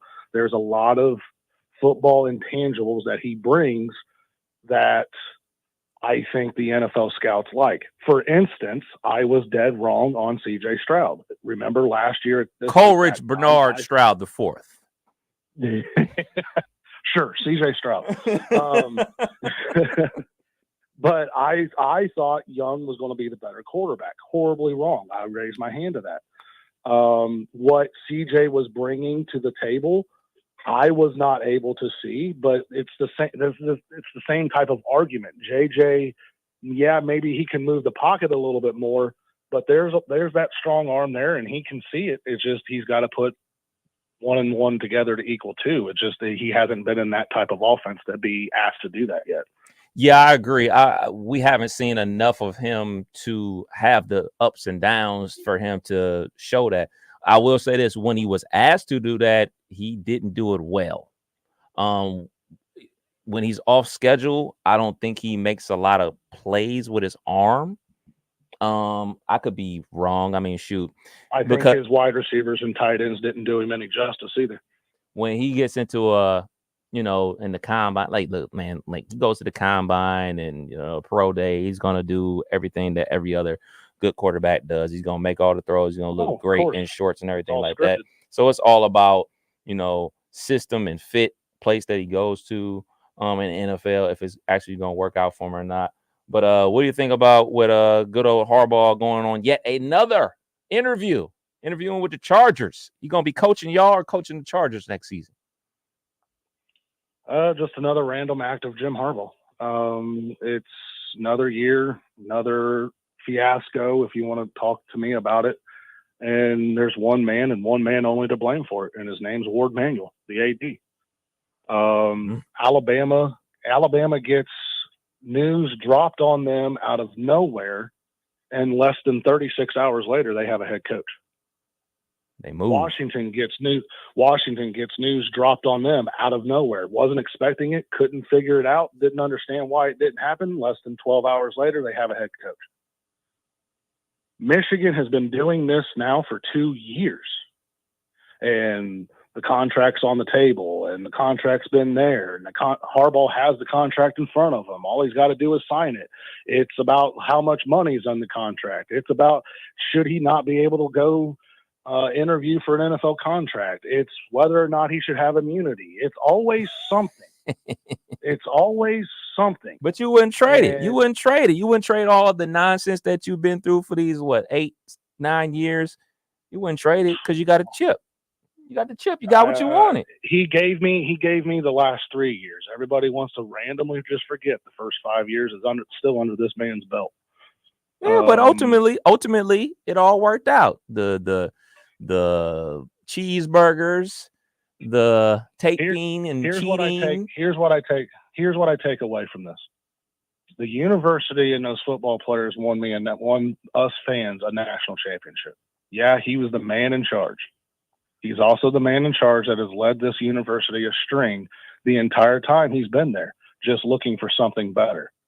He knew he was going to get fired in 2020. Ward Manuel just didn't have the cojones to do it because Jim Harbaugh's a Michigan man and yada, yada. Wait. No. So are you calling Harbaugh just a jag?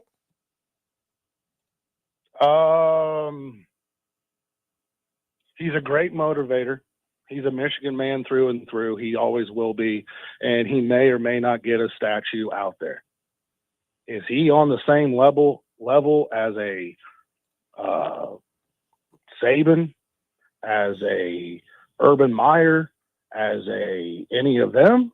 No, dude. No. No, I mean, hold on. Harbaugh is only 55 years old, right? So I mean, he got plenty of time. He ain't gonna ever coach in college again if he leaves the University of Michigan. So you saying he's going to the Chargers? If he leaves and goes to the Chargers, he will never coach in college football again. I agree with that. I don't know what the man. I don't know. What do you think? Do. What do I think he's going to do? Correction, Harbaugh's 60.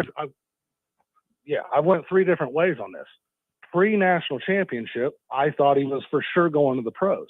After they won, I thought him, JJ, and the whole caboodle that everybody thinks was singers, and they're not. But that's a story and a conversation for another time.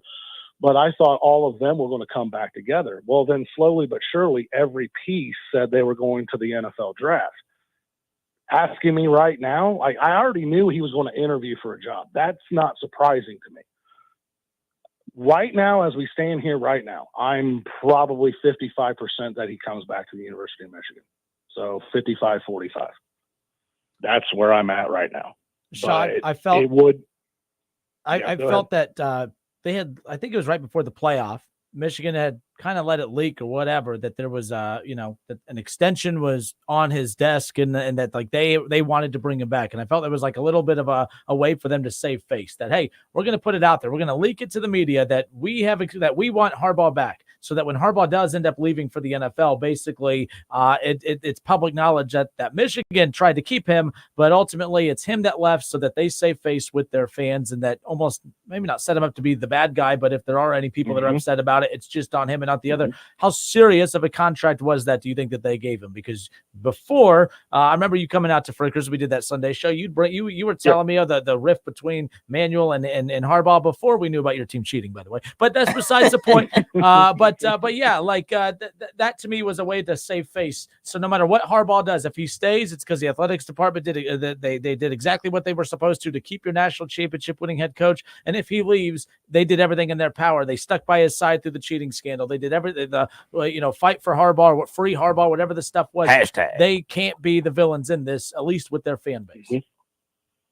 That aspect of it is 100% true. Let me write you a timeline here from that point moving forward. That timeline right there was Harbaugh had leaked out. It's because he wants his money back and yada, yada, yada. So Michigan leaks out. They're going to sign him for $12.5 million a year for, I can't remember how many years it was. Fast forward to after the Rose Bowl.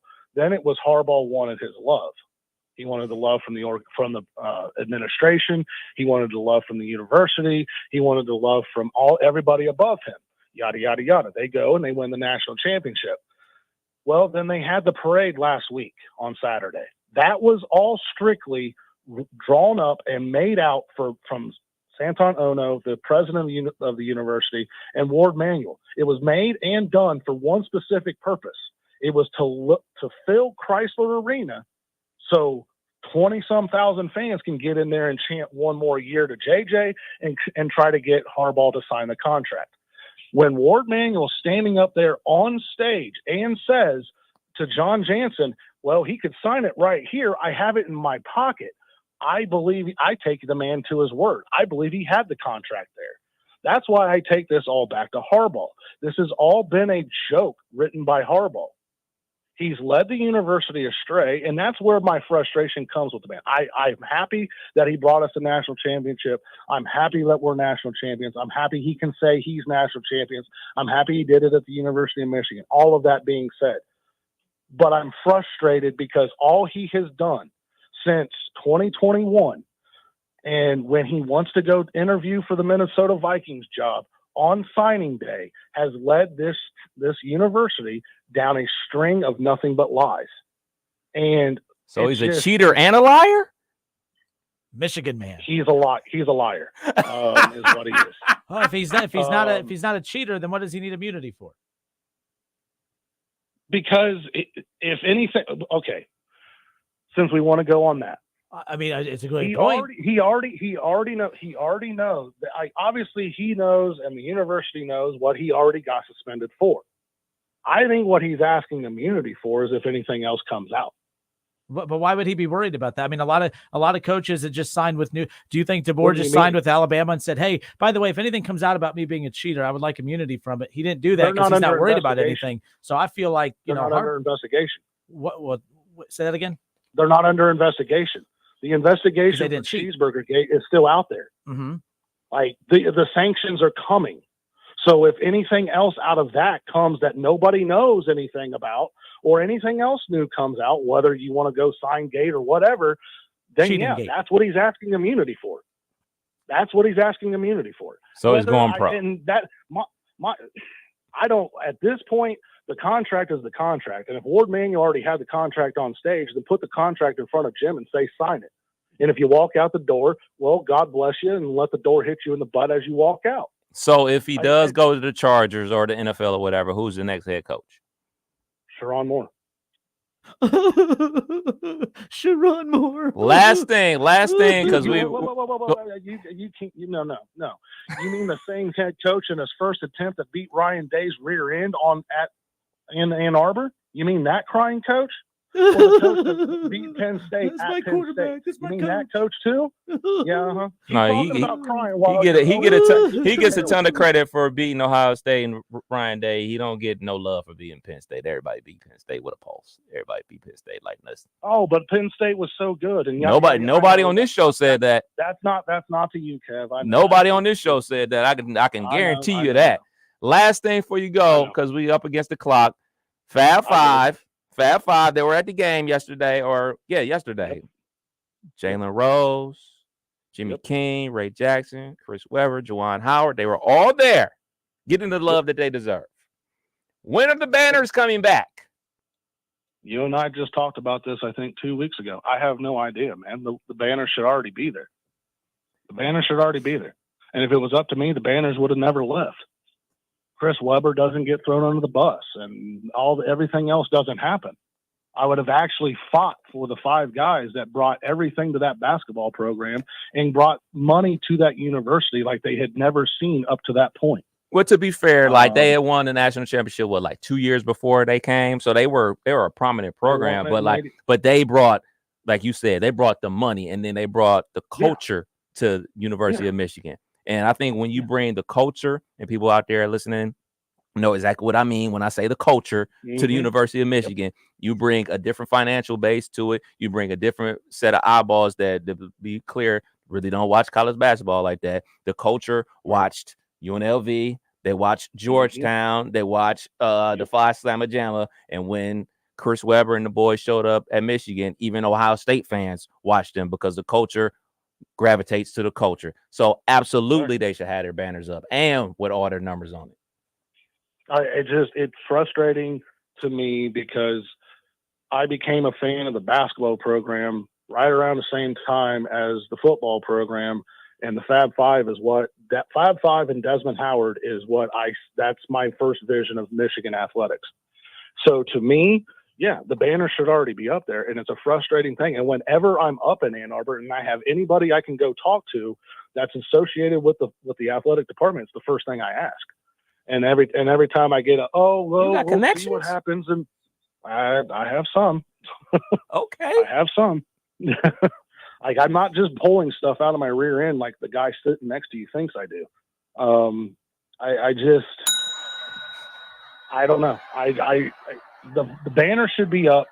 They should get their flowers, and everybody should actually remember those 5 guys for what they meant to the university, to the Big Ten, all the money that they made off of them, and just like it's a very sore spot with me with the university. And there's a couple other things that if I got you off air, I could talk to you about, but like that is one of the ones that's deep rooted in my gut that just makes me feel bad and feel icky about the university. It just does. So, but that being said, I'm going to get off here, and for the first time on these airwaves for 2024, and you're going to hear it every single time.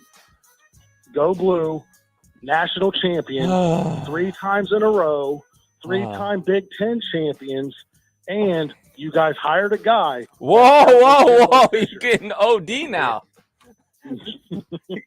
You guys hired a guy that dealt with Jimbo Fisher. Yeah, he's going to bring in your money, but don't forget he had Jimbo Fisher as well. Don't forget that. Go Blue. See ya. Peace. You know what? I never wanted somebody to cuss so bad in my life.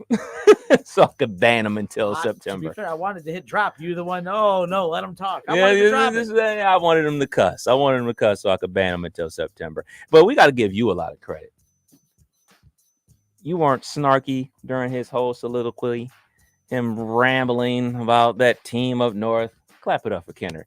You're a lot more mature today than you were on Saturday. I don't think I was that mature. I heard about the video, man. I heard about the video. I didn't watch it. I refused to watch it. But the video was, to be fair, since we got time. You tell me. So Debbie gonna kill you, not me. Debbie and I think we're even today. That doesn't happen often. Love Debbie to death. But the video that he's talking about on Saturday, you should have you should feel a certain way about the Bengals fans too, because they on social media they ripped your team. They're making fun of this is what happens when the Bengals aren't in the playoffs. All this stuff. Like, how does a team that finishes in last place that's not in the playoffs, how you hate from outside the club when you can't even get in? Like, why? He been hanging around me too much. How is that a thing? Like, that's the thing that drove me nuts. So that whole time that they're losing in the playoffs, every single one of them just letting me have it. And I said, that's my team was in the playoffs. Like, it was sad that their biggest win of the season was a Browns loss. Like, they had no other win to brag about this season being a last place team. So they had to brag about the Browns losing in the playoffs. And, that's fine, I guess. More power to them. That is totally their call. But I had to just remind them of that they were interrupting my night of watching the good teams who were good enough to make it to the playoffs. And I had to stop what I was doing because I had a little bit too much to drink, and I had to go and I had to address them because I said, I can't just be typing all night. The wife gets mad if I'm on my phone the whole time. So I had to do the video. I didn't cuss. I didn't swear. I didn't name call. I didn't watch. I didn't watch. Oh, you're judging. You haven't even seen the video. It was actually very well done. When Hooper, when he tells me, hey, man, Justin's going crazy on social media, I knew it was something about the game. But you're right. I mean, if you're not in the tournament, you can only win the Super Bowl if you're in the tournament. And guess what? We're out. You're out. They've been out. It is what it is. But then, a lot of them, like the Goodberry guy and Zim and those guys, the super fans that pretend to be media, they drive me nuts. They have a little graphic of like a Bengals logo sitting on a couch, and then every team that got eliminated, those teams are now on the couch or whatever. And I said, hold up. Gone fishing style. But like just like they do on the NBA. Why is it only the Bengals logo on the couch, like as if they made the playoffs and got eliminated too? Like, you don't get to sit in the living room on the couch with the good teams. You finished in last. You get to sit in the loser living room watching all the good teams play in the playoffs. Then the rules. I play by their rules. These are the rules we played by last year. I'm just saying, childish, yes, wrong. I'll push back on that. I know you just gave me the maturity, pat on the back, but I gotta say, I don't regret Saturday because I know you don't. I didn't name call. I said delusional. Is delusional a name calling thing? No. Okay. So that's the only thing I said was delusional. I will say this before we get up out of here. All right. We had a discussion about this on Friday's show about staying off of social media, and you said, Kev, you're right. I thought for a split second that you wouldn't be on social media during that game. Well, during the show. Today's show has been fine. No. I thought you were actually going to take a detox from social media during the game. I really thought that. Detox is what's in that cup of yours that you're drinking. It is. Got your boy feeling real regular. Getting all the fiber. Yeah. Nonetheless, but yes. So there we go. Now it's off-season talk. Now we get to talk about the draft. Now we get to talk about all that fun stuff. Actually, I can't talk about the draft. We don't have a first round pick.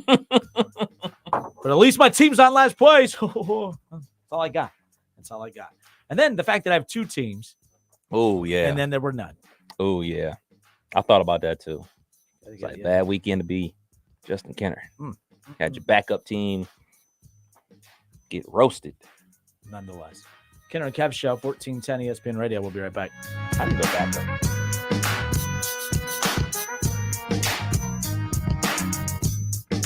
Did you just say you need a backup team? I need a backup team. I mean, I got a backup team in college football. I need a backup team in the NFL. You're right.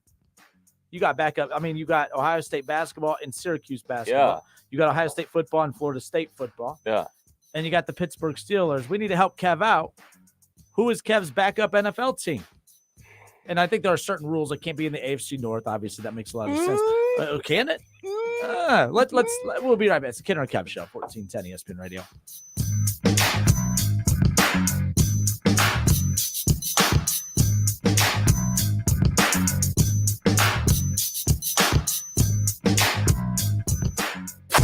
It's the Justin Kenner Show with Kev Nash on 1410 ESPN Radio. Do you have 3 ex-wives and your current trophy wife wants a life insurance policy 3 times the size of the policies you had to purchase for your previous mistakes? If so, you need to call Big Lou at Term Provider, 800-859-3220. Big Lou is intimately familiar with your problems, and if you're 50 to 60 years old and in reasonably good health, a $1 million policy should only cost about $100 to $200 per month. Big Lou may have a solution for your previous policies as well. You may even save enough money to lighten the load on your new $1 million policy. Remember, call Big Lou. He's like you, except he's only on number 2. Call Term Provider at 800-859-3220. That's 800-859-3220 for $1 million in term life insurance that you can live with. Call Big Lou at 800-859-3220. 800-859-3220.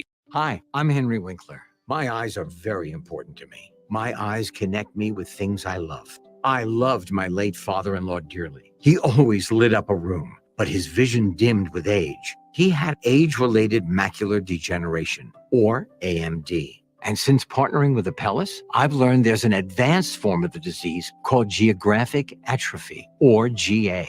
His struggle with vision loss made me want to help others know about GA's warning signs. For some, straight lines seem wavy, like when looking at a door frame. For others, blurry or missing spots can make it hard to read or see loved ones' faces. Many have trouble seeing in low light, making driving at night difficult. GA gets worse over time and cannot be reversed. If you've been diagnosed with AMD and notice vision changes, don't wait. Talk to your eye doctor about GA today. Learn more at GAWon'tWait.com. That's GAWon'tWait.com. And now, Public Education Matters with Ohio Education Association President Scott Tomorrow.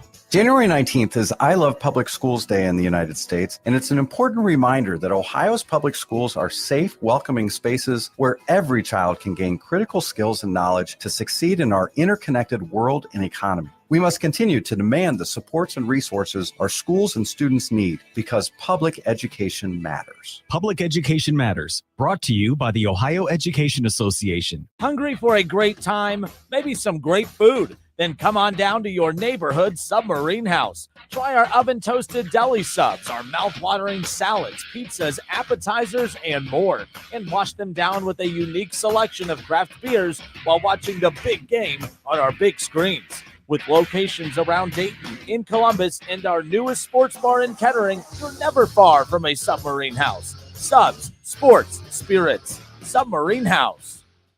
Get a tax refund advance loan at Jackson Hewitt now. No refund advance offered by eligible clients. Application required. Loans by Republic Bank. Details at jacksonhewitt.com. ESPN 1410 Wing AM weather. Our forecast, the wind chill advisory tonight, mostly clear with a low of 4 above. And then we're seeing sunny and breezy conditions tomorrow with a high of 26. A chance of snow and 29 on Thursday. I'm Rick Schrempf for 1410 ESPN Radio. This is Keith Byers for Superbook Sports. You spend valuable time thinking about which bets to place each week. So why wouldn't you want the best company in the business to be the one who handles those bets? Superbook Sports is the most trusted name in Las Vegas, and it's now live right here in Ohio for all your sports wagering needs. Superbook has a team of dedicated odds makers behind the counter in Las Vegas setting all the prices. We're talking about guys with decades of experience showing you why Superbook has the best odds around. And right now, you can look ahead to Hockey and Hoops postseason and place a bet on who you think will take home the title. So download the Superbook Sports app or visit superbook.com to wager and win today. Visit superbook.com for terms and conditions. Gambling problems? Call 1-800-589-9966. Call 1-800-589-9966. Gambling problems? Call 1-800-589-9966. Call 1-800-589-9966. For the ones who get it done, the most important part is the one you need now. And the best partner is the one who can deliver. That's why millions of maintenance and repair pros trust Grainger. Because we have professional-grade supplies for every industry, even hard-to-find products. And we have same-day pickup and next-day delivery on most orders. But most importantly, we have an unwavering commitment to help keep you up and running. Call, click Grainger.com, or just stop by. Grainger, for the ones who get it done. Hey, is this line secure? Franco's cybersecurity firm secured a contract, and that's all we're allowed to say. We have a green light on hiring. He needs web security professionals with a military background. 3 teams of 4, 24-hour rotations, but Protocol Zulu is on a need-to-know basis. Indeed can help him hire great people fast. I need Indeed. Indeed you do. You can schedule and conduct virtual interviews right from the Indeed dashboard, so you can stay organized and connected all the way to the hire. Visit Indeed.com/credit and get $75 towards your first sponsored job. Terms and conditions apply. In this market, you'll find Fisher Investments is different than other money managers. Different how? Aren't we all just looking for the hottest stocks? Nope. We use diversified strategies to position our clients' portfolios for their long-term goals. You don't just provide cookie-cutter portfolios? No. We tailor our clients' portfolios to their goals and needs. But you still sell investments that generate high commissions for you, right? No, we don't sell commission-based products. We're a fiduciary, the highest standard of care for a financial advisor. It means we're obligated to act in our client's best interest. So when do you make more money? Only when your clients make more money? Yep, we have one transparent management fee structured so we do better when our clients do better. Sounds like you really look out for your clients. We do, because our priority is helping them achieve a comfortable retirement. That might be why most of our clients come from other money managers. Visit FisherInvestments.com to find out why investors like you switch to us. Fisher Investments, clearly different money management. Investments in securities involve the risk of loss. Hey folks, it's game day and the betting's gonna be intense, Drew. You said it, Dave, but a good pregame routine keeps betting responsible. That's right, you gotta pause before you play. Good call. Sports betting is hot, but it can be risky. And pausing to set limits is an all-star move. That's right, Dave. If you bet on sports, pause before you play to set limits, recognize the risk, and know when to stop. Learn more at pausebeforeyouplay.org.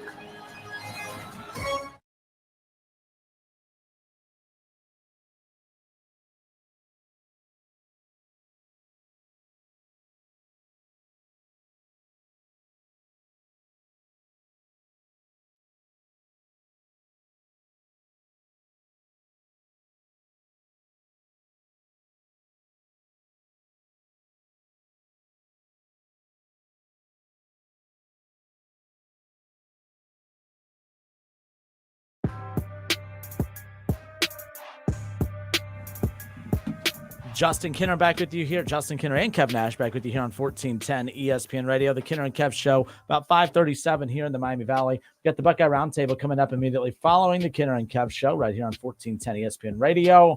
We're Dayton's radio home of the Ohio State Buckeyes, football and basketball. We're Dayton's radio home of Wright State basketball, of course. Wright State Thursday night will be back in action. Finally back at home. Who we got? They got Green Bay. Okay. Green Bay, who they lost to back in early or late December. So that Wisconsin trip was not kind. They got to get that back. Ohio State lost last night on the hardwood. We talked a little bit ago about Ohio State hiring a new athletic director. We'll get back to that in a second. But I threw out there, so Kev Nash has backup teams. So I'm a Cleveland Browns fan and a Cowboys fan. Both my teams, they get bounced out right away. However, I say all this because the thing that's interesting as we sit here right now, you're an Ohio State football fan and Florida State football fan. You're an Ohio State basketball fan, and you're also a Syracuse basketball fan. But you're just your love is with the Steelers. You need a backup NFL team. It doesn't always work out. Just ask me. But Cowboys, Browns, both out. Man, that was painful. Yeah, I started thinking about. I don't think I can't do a whole team. I can just wait for my beloved Steelers to fall out of the playoffs, and then kind of root for whomever I deem. I like that player and I like that team to win it all. I think that's where I'll go with it. I think that's where because I can't invest in another team because in the NFL there's only 32 teams. In college there's 130 something teams. Like it's more, but like NFL, I don't think I can do a whole backup team. Once my team is out, I'll jump in it. So it's down to 2 teams that I'm going to be rooting for all the way. Do you want the suggestions? Go for it. It's a lot of so Doug Toby says Houston backup team. Buckeye quarterback. Jody Van Winkle says you guys are you're both secretly Bengals fans. Cap. That's not even close to being true. Jody Van Winkle, not even close. Not even close. Justin Nickel, what up, Justin? He says Houston. CJ. So a lot of this is CJ Stroud type stuff. Maybe it's rightfully so. Maybe it becomes like we are with the NBA, where all right, our team's out, the Cavs are out, so I like this player, so I'm gonna follow this player. I want this guy to get a ring. That's where I'm at now because I have no rooting interest in this whatsoever. Here's the mean side of me. This is how much I dislike Bengals fans. I want Josh Allen, Patrick Mahomes. Really, actually, I just want an AFC team to win it. If an AFC, because no quarterback in the NFC is better than Joe Burrow. No quarterback in the NFC that's left at this point is better than Joe Burrow. Bengals fans just keep saying he's number 2. He's number 2. When Josh Allen, he wins this ring, he's number 2. All right. When Lamar wins it, he's number 2. Josh Allen, number 3. To me, and then CJ Stroud, let's not act like this dude doesn't look like a top 5 quarterback. I'm just saying, I don't want Joe Burrow to be a top 5 quarterback. So I'm going for all these AFC QBs. As long as the AFC wins it, go Browns. That's all I got. Fair enough. It's down to 2 like teams. my reason. Hey man, do you? I can't be mad at you for that. It's definitely down to these 2 teams. It's definitely down to the Texans because obviously CJ Stroud, OHIO, and the Ravens with Lamar Jackson. I'm a Lamar Jackson fan, even though I hate the Ravens. It's a very odd feeling, but I'm a Lamar Jackson dude. I love watching him play. I think highly of his game. But they both play each other this weekend, so it's a winner take all situation for the Kev Bowl. It's the Kev Bowl. Whoever wins, you got my loyalty for the rest of the season. So yeah, the Kev Nash Bowl, but yeah, Lamar winning it would be interesting, mainly because Joe Burrow's the second best quarterback, maybe in the AFC North, but not in the NFL. So yeah, that's where my hatred for the Bengals and the fans come from. Like I just want to win these arguments. That's all. Just nonetheless, last place. That's all I gotta say. Just gonna throw it out there. No, CJ Stroud, man, we're looking at him with rookie gloves, right? Like this season he had, Kev, he's an MVP if he's not a rookie. Am I wrong in that? I don't think he's MVP, but he's up there. He's definitely in the discussion, probably in the top 3. His MVP voters, they love passing quarterbacks. Mm-hmm. Although Lamar's, we say that's a narrative that I buy into and that a lot of people buy into. But at the same time, Lamar, many reports out there, he's about to be he was the only unanimous MVP voted upon years ago in his second season in the NFL, and he'll be the first to ever be voted unanimously for a second MVP. So we say that there's a pattern that, these MVP voters, they don't value the running quarterback. But, there's been all the great passing quarterbacks, even Patrick Mahomes and others. Not even he, as dominant as he has been, has won a unanimous MVP or 2 unanimous MVPs as far as that's concerned. That will go a long way in the legacy of Lamar. Like, by the way, like, is there a pressure to win this season if you're Lamar? Absolutely. Who's 100%. facing the most pressure at this point then? I would go with, are you talking about just teams The or teams that's left right now, but team/quarterback. A lot of times they kind of go in. Well, you could even throw coaches in there too. But I don't know if there's a coach. It was McCarthy and Dak that I felt had the most pressure heading into the playoffs as far as teams that had to do something. And I feel like now that they're out, I think it's Lamar, but I don't know why Harbaugh wouldn't be getting that same type of treatment too, right? Like, why is Harbaugh not facing that? Or at least I feel like he's not. Why is Harbaugh not getting that pressure that Lamar's getting?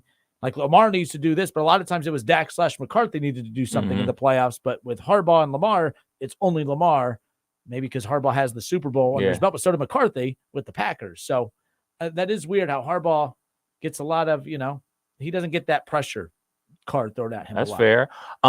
Player-wise and quarterback player, nobody puts pressure on a left tackle to win the Super Bowl. Nobody puts pressure on a free safety to win the Super Bowl. Nobody puts pressure on a wide receiver to win a Super Bowl. Pressure is only put on the quarterback to win a Super Bowl. So player-wise, Lamar is under the most pressure to win a Super Bowl. Second, I would go with Josh Allen. Third, I would go with Purdy. Coach. Never mind. I know where you're going with this now. Going all the way out to the Bay, to the Yay area. Yep.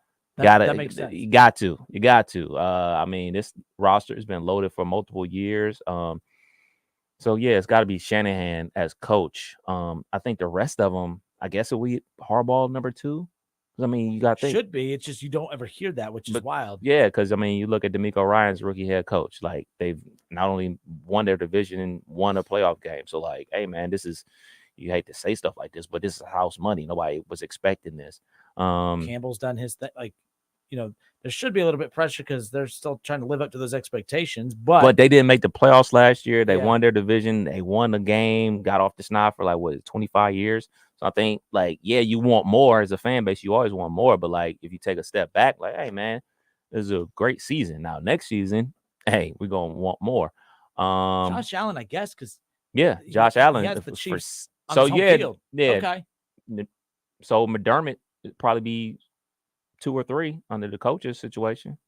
Parcells, geez. Bill Belichick.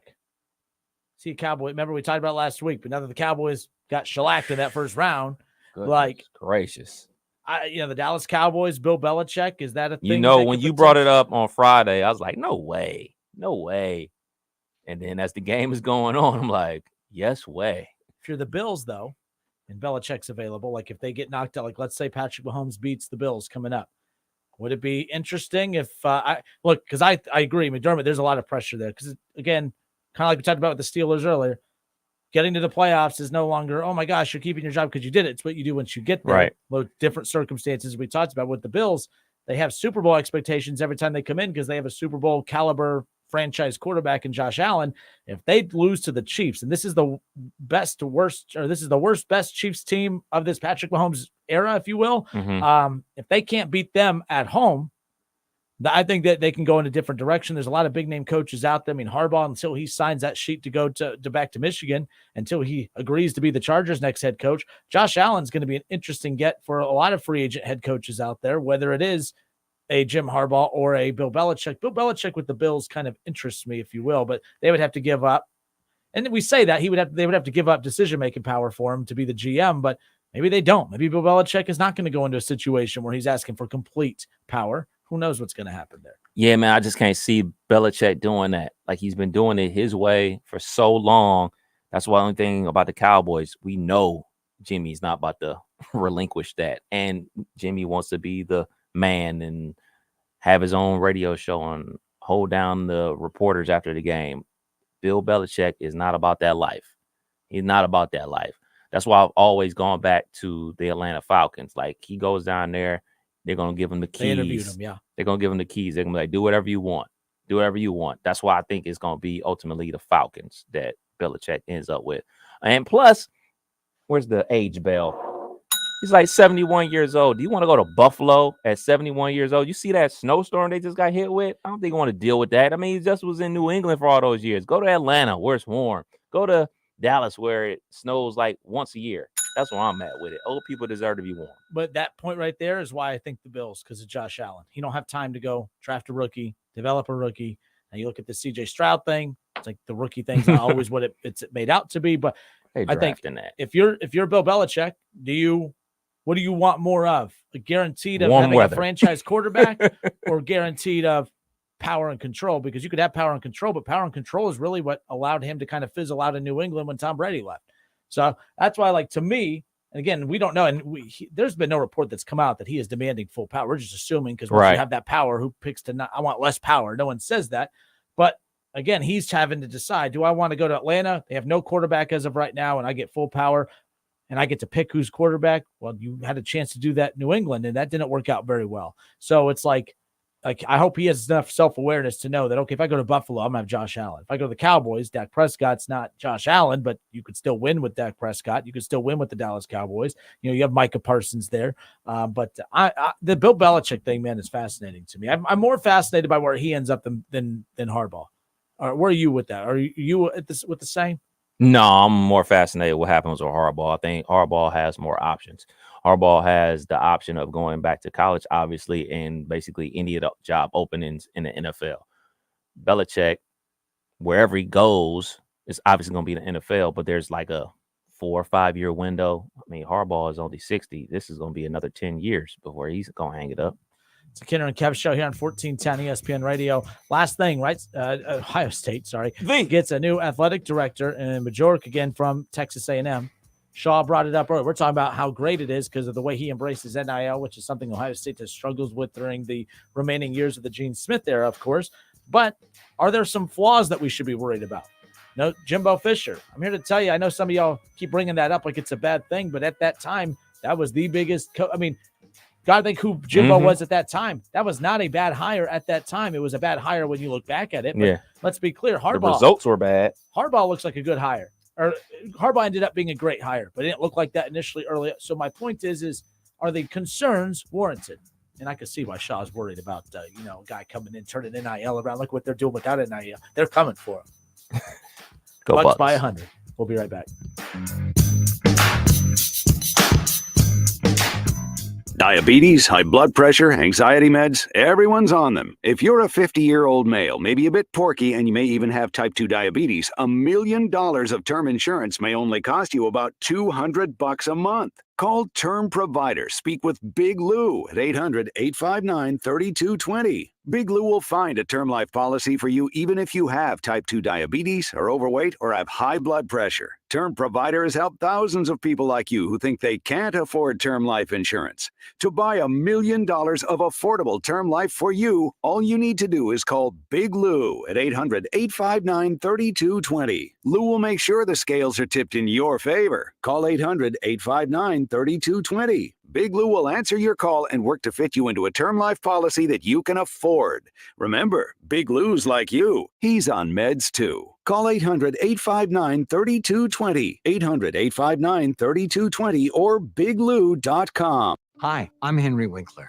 My eyes are very important to me. My eyes connect me with things I love. I loved my late father-in-law dearly. He always lit up a room, but his vision dimmed with age. He had age-related macular degeneration, or AMD. And since partnering with Apellis, I've learned there's an advanced form of the disease called geographic atrophy, or GA.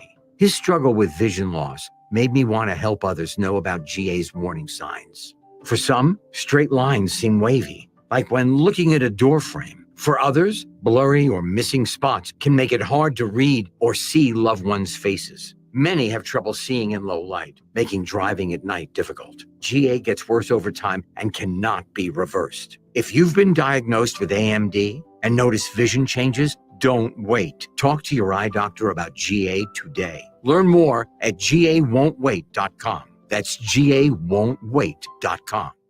The spotted lanternfly is an invasive plant hopper native to Eastern Asia. Today, it's found in 14 states, including Ohio. The beautifully colored insects bring stress to the host plant, often contributing to its decline. Juvenile spotted lanternflies, known as nymphs, and adults prefer to feed on the invasive tree of heaven, but also feed on a wide range of crops, plants, and trees. If you suspect a spotted lanternfly infestation, contact an ISA-certified arborist near you. To learn more, visit trees4ohio.org. That's trees4ohio.org. Hungry for a great time? Maybe some great food? Then come on down to your neighborhood Submarine House. Try our oven-toasted deli subs, our mouth-watering salads, pizzas, appetizers, and more. And wash them down with a unique selection of craft beers while watching the big game on our big screens. With locations around Dayton, in Columbus, and our newest sports bar in Kettering, you're never far from a Submarine House. Subs, sports, spirits. Submarine House. Save big money on your next painting project with help from Menards. Do you have a painting project that requires crisp, clean lines? Look no further than Frog Tape. Their premium grade painter's tape includes paint block technology that seals edges for sharp paint lines. Get your paint project started today, quickly and cleanly with Frog Tape. A roll of 2-inch Frog Tape is on sale for just $7.49. Hurry in, prices go through January 21st. Save big money at Menards. Have you transformed your life in the years since being convicted of a crime? A pardon could help expand your career choices and increase volunteer opportunities. You could join fellow Ohioans who have received a pardon with free support from our experts. Learn more at ohioexpeditedpardon.org.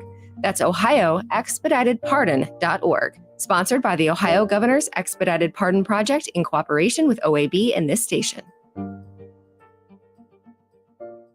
Hey, let me tell you about the advantages of driving with my friends at Cordell Transportation. First of all, for the new year, they're offering brand new equipment to drive. They've purchased new equipment, and not a lot of people could say that, but they've got it, and they're ready to roll with you. Cordell Transportation is offering an incredible $5,000 sign-on bonus paid over 18 months. If you're an experienced Class A CDL driver looking for excellent benefits, home daily dedicated lanes, no-touch freights, then apply today online at CordellTransportation.com. Cordell Transportation, driven to succeed. Looking for a career path with flexibility and great pay and benefits? Go to progressive.com/careers and apply online today.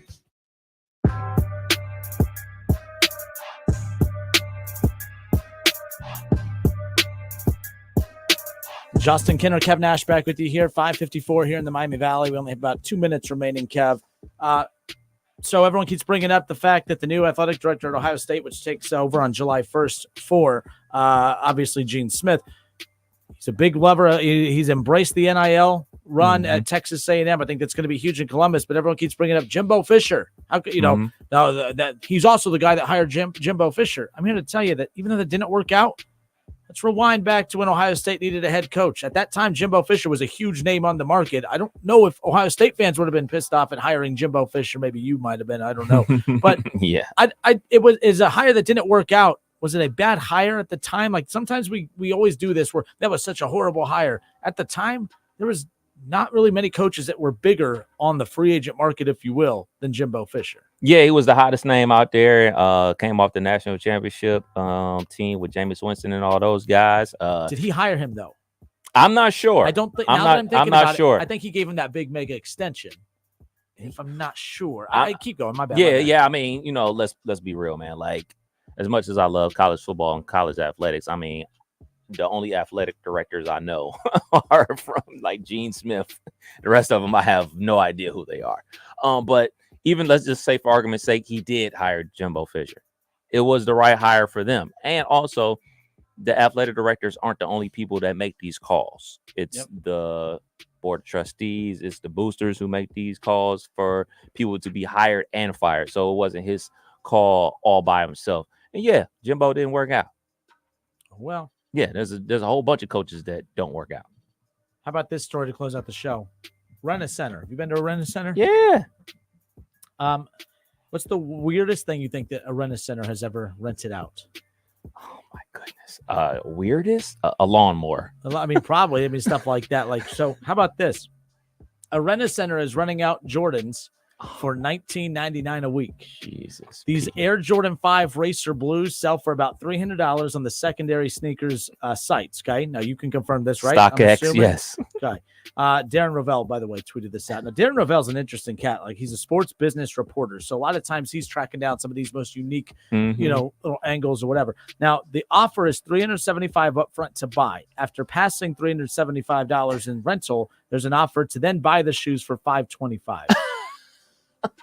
Yes, and if you rent them a year, you keep them. So if you rent these Air Jordan 5 Racer Blues that sell for about $300 on the secondary market, you can rent them from Rent-A-Center for $19.99 a week. So if you end up renting these shoes $19.99 a week for an entire calendar year, you ultimately end up paying $1,050 for these Air Jordan Racer Blues.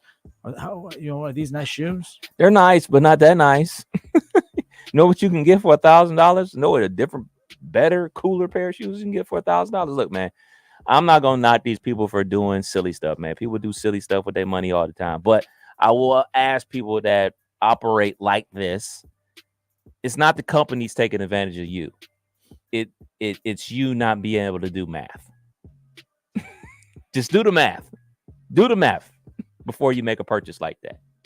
So Kev is not going to be one of those lining up to get the. Well, you might get those shoes. I don't know if you'll do the. No, actually, what's today's day? I was day? going to say, I feel like you're antsy. Like you got a pair of shoes waiting for you on the porch. We are. You got to beat Shayla home to get. 16 days into 2024, and I have bought no sneakers. Very nice. Look at me. Look at me. My goal is to only buy 3 pairs this year. That's my goal. That's my goal. Not even one shoe a quarter. That's my Not goal. Even one pair a quarter, I should say. 3 pair of sneakers this year. That is my goal. You don't buy new shoes in the winter anyway, so is this going to be a spring, summer, and fall buy? Yeah, I buy them and then save them until the summer.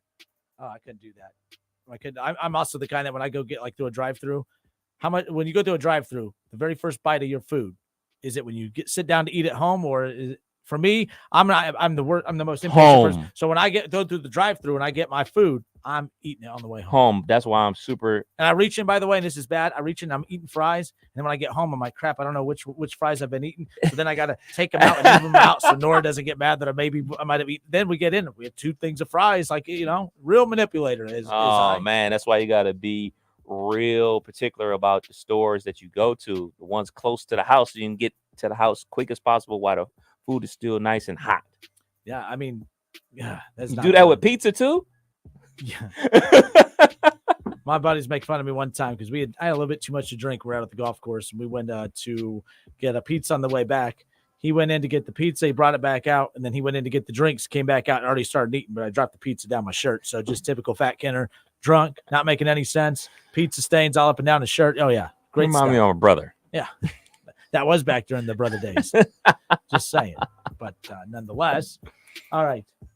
What do we got going on tonight? Anyways, it's Kev Show. We're back at it tomorrow. Jason Fitz, Trey Wingo, just confirmed with him today. Nice. Joe Gatto, comedian Joe Gatto from Impractical Jokers. I chatted with him earlier today. He made fun of my Browns, so there's that.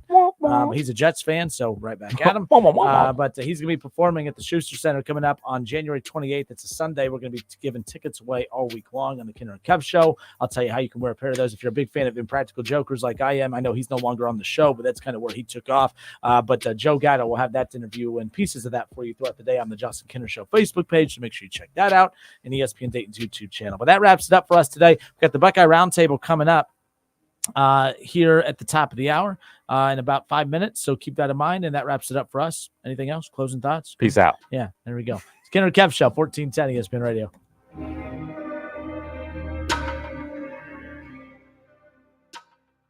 I don't know what I want to do. I'm just not sure that college is for me. Have you considered a career in dental assisting? I love my job as a dental assistant.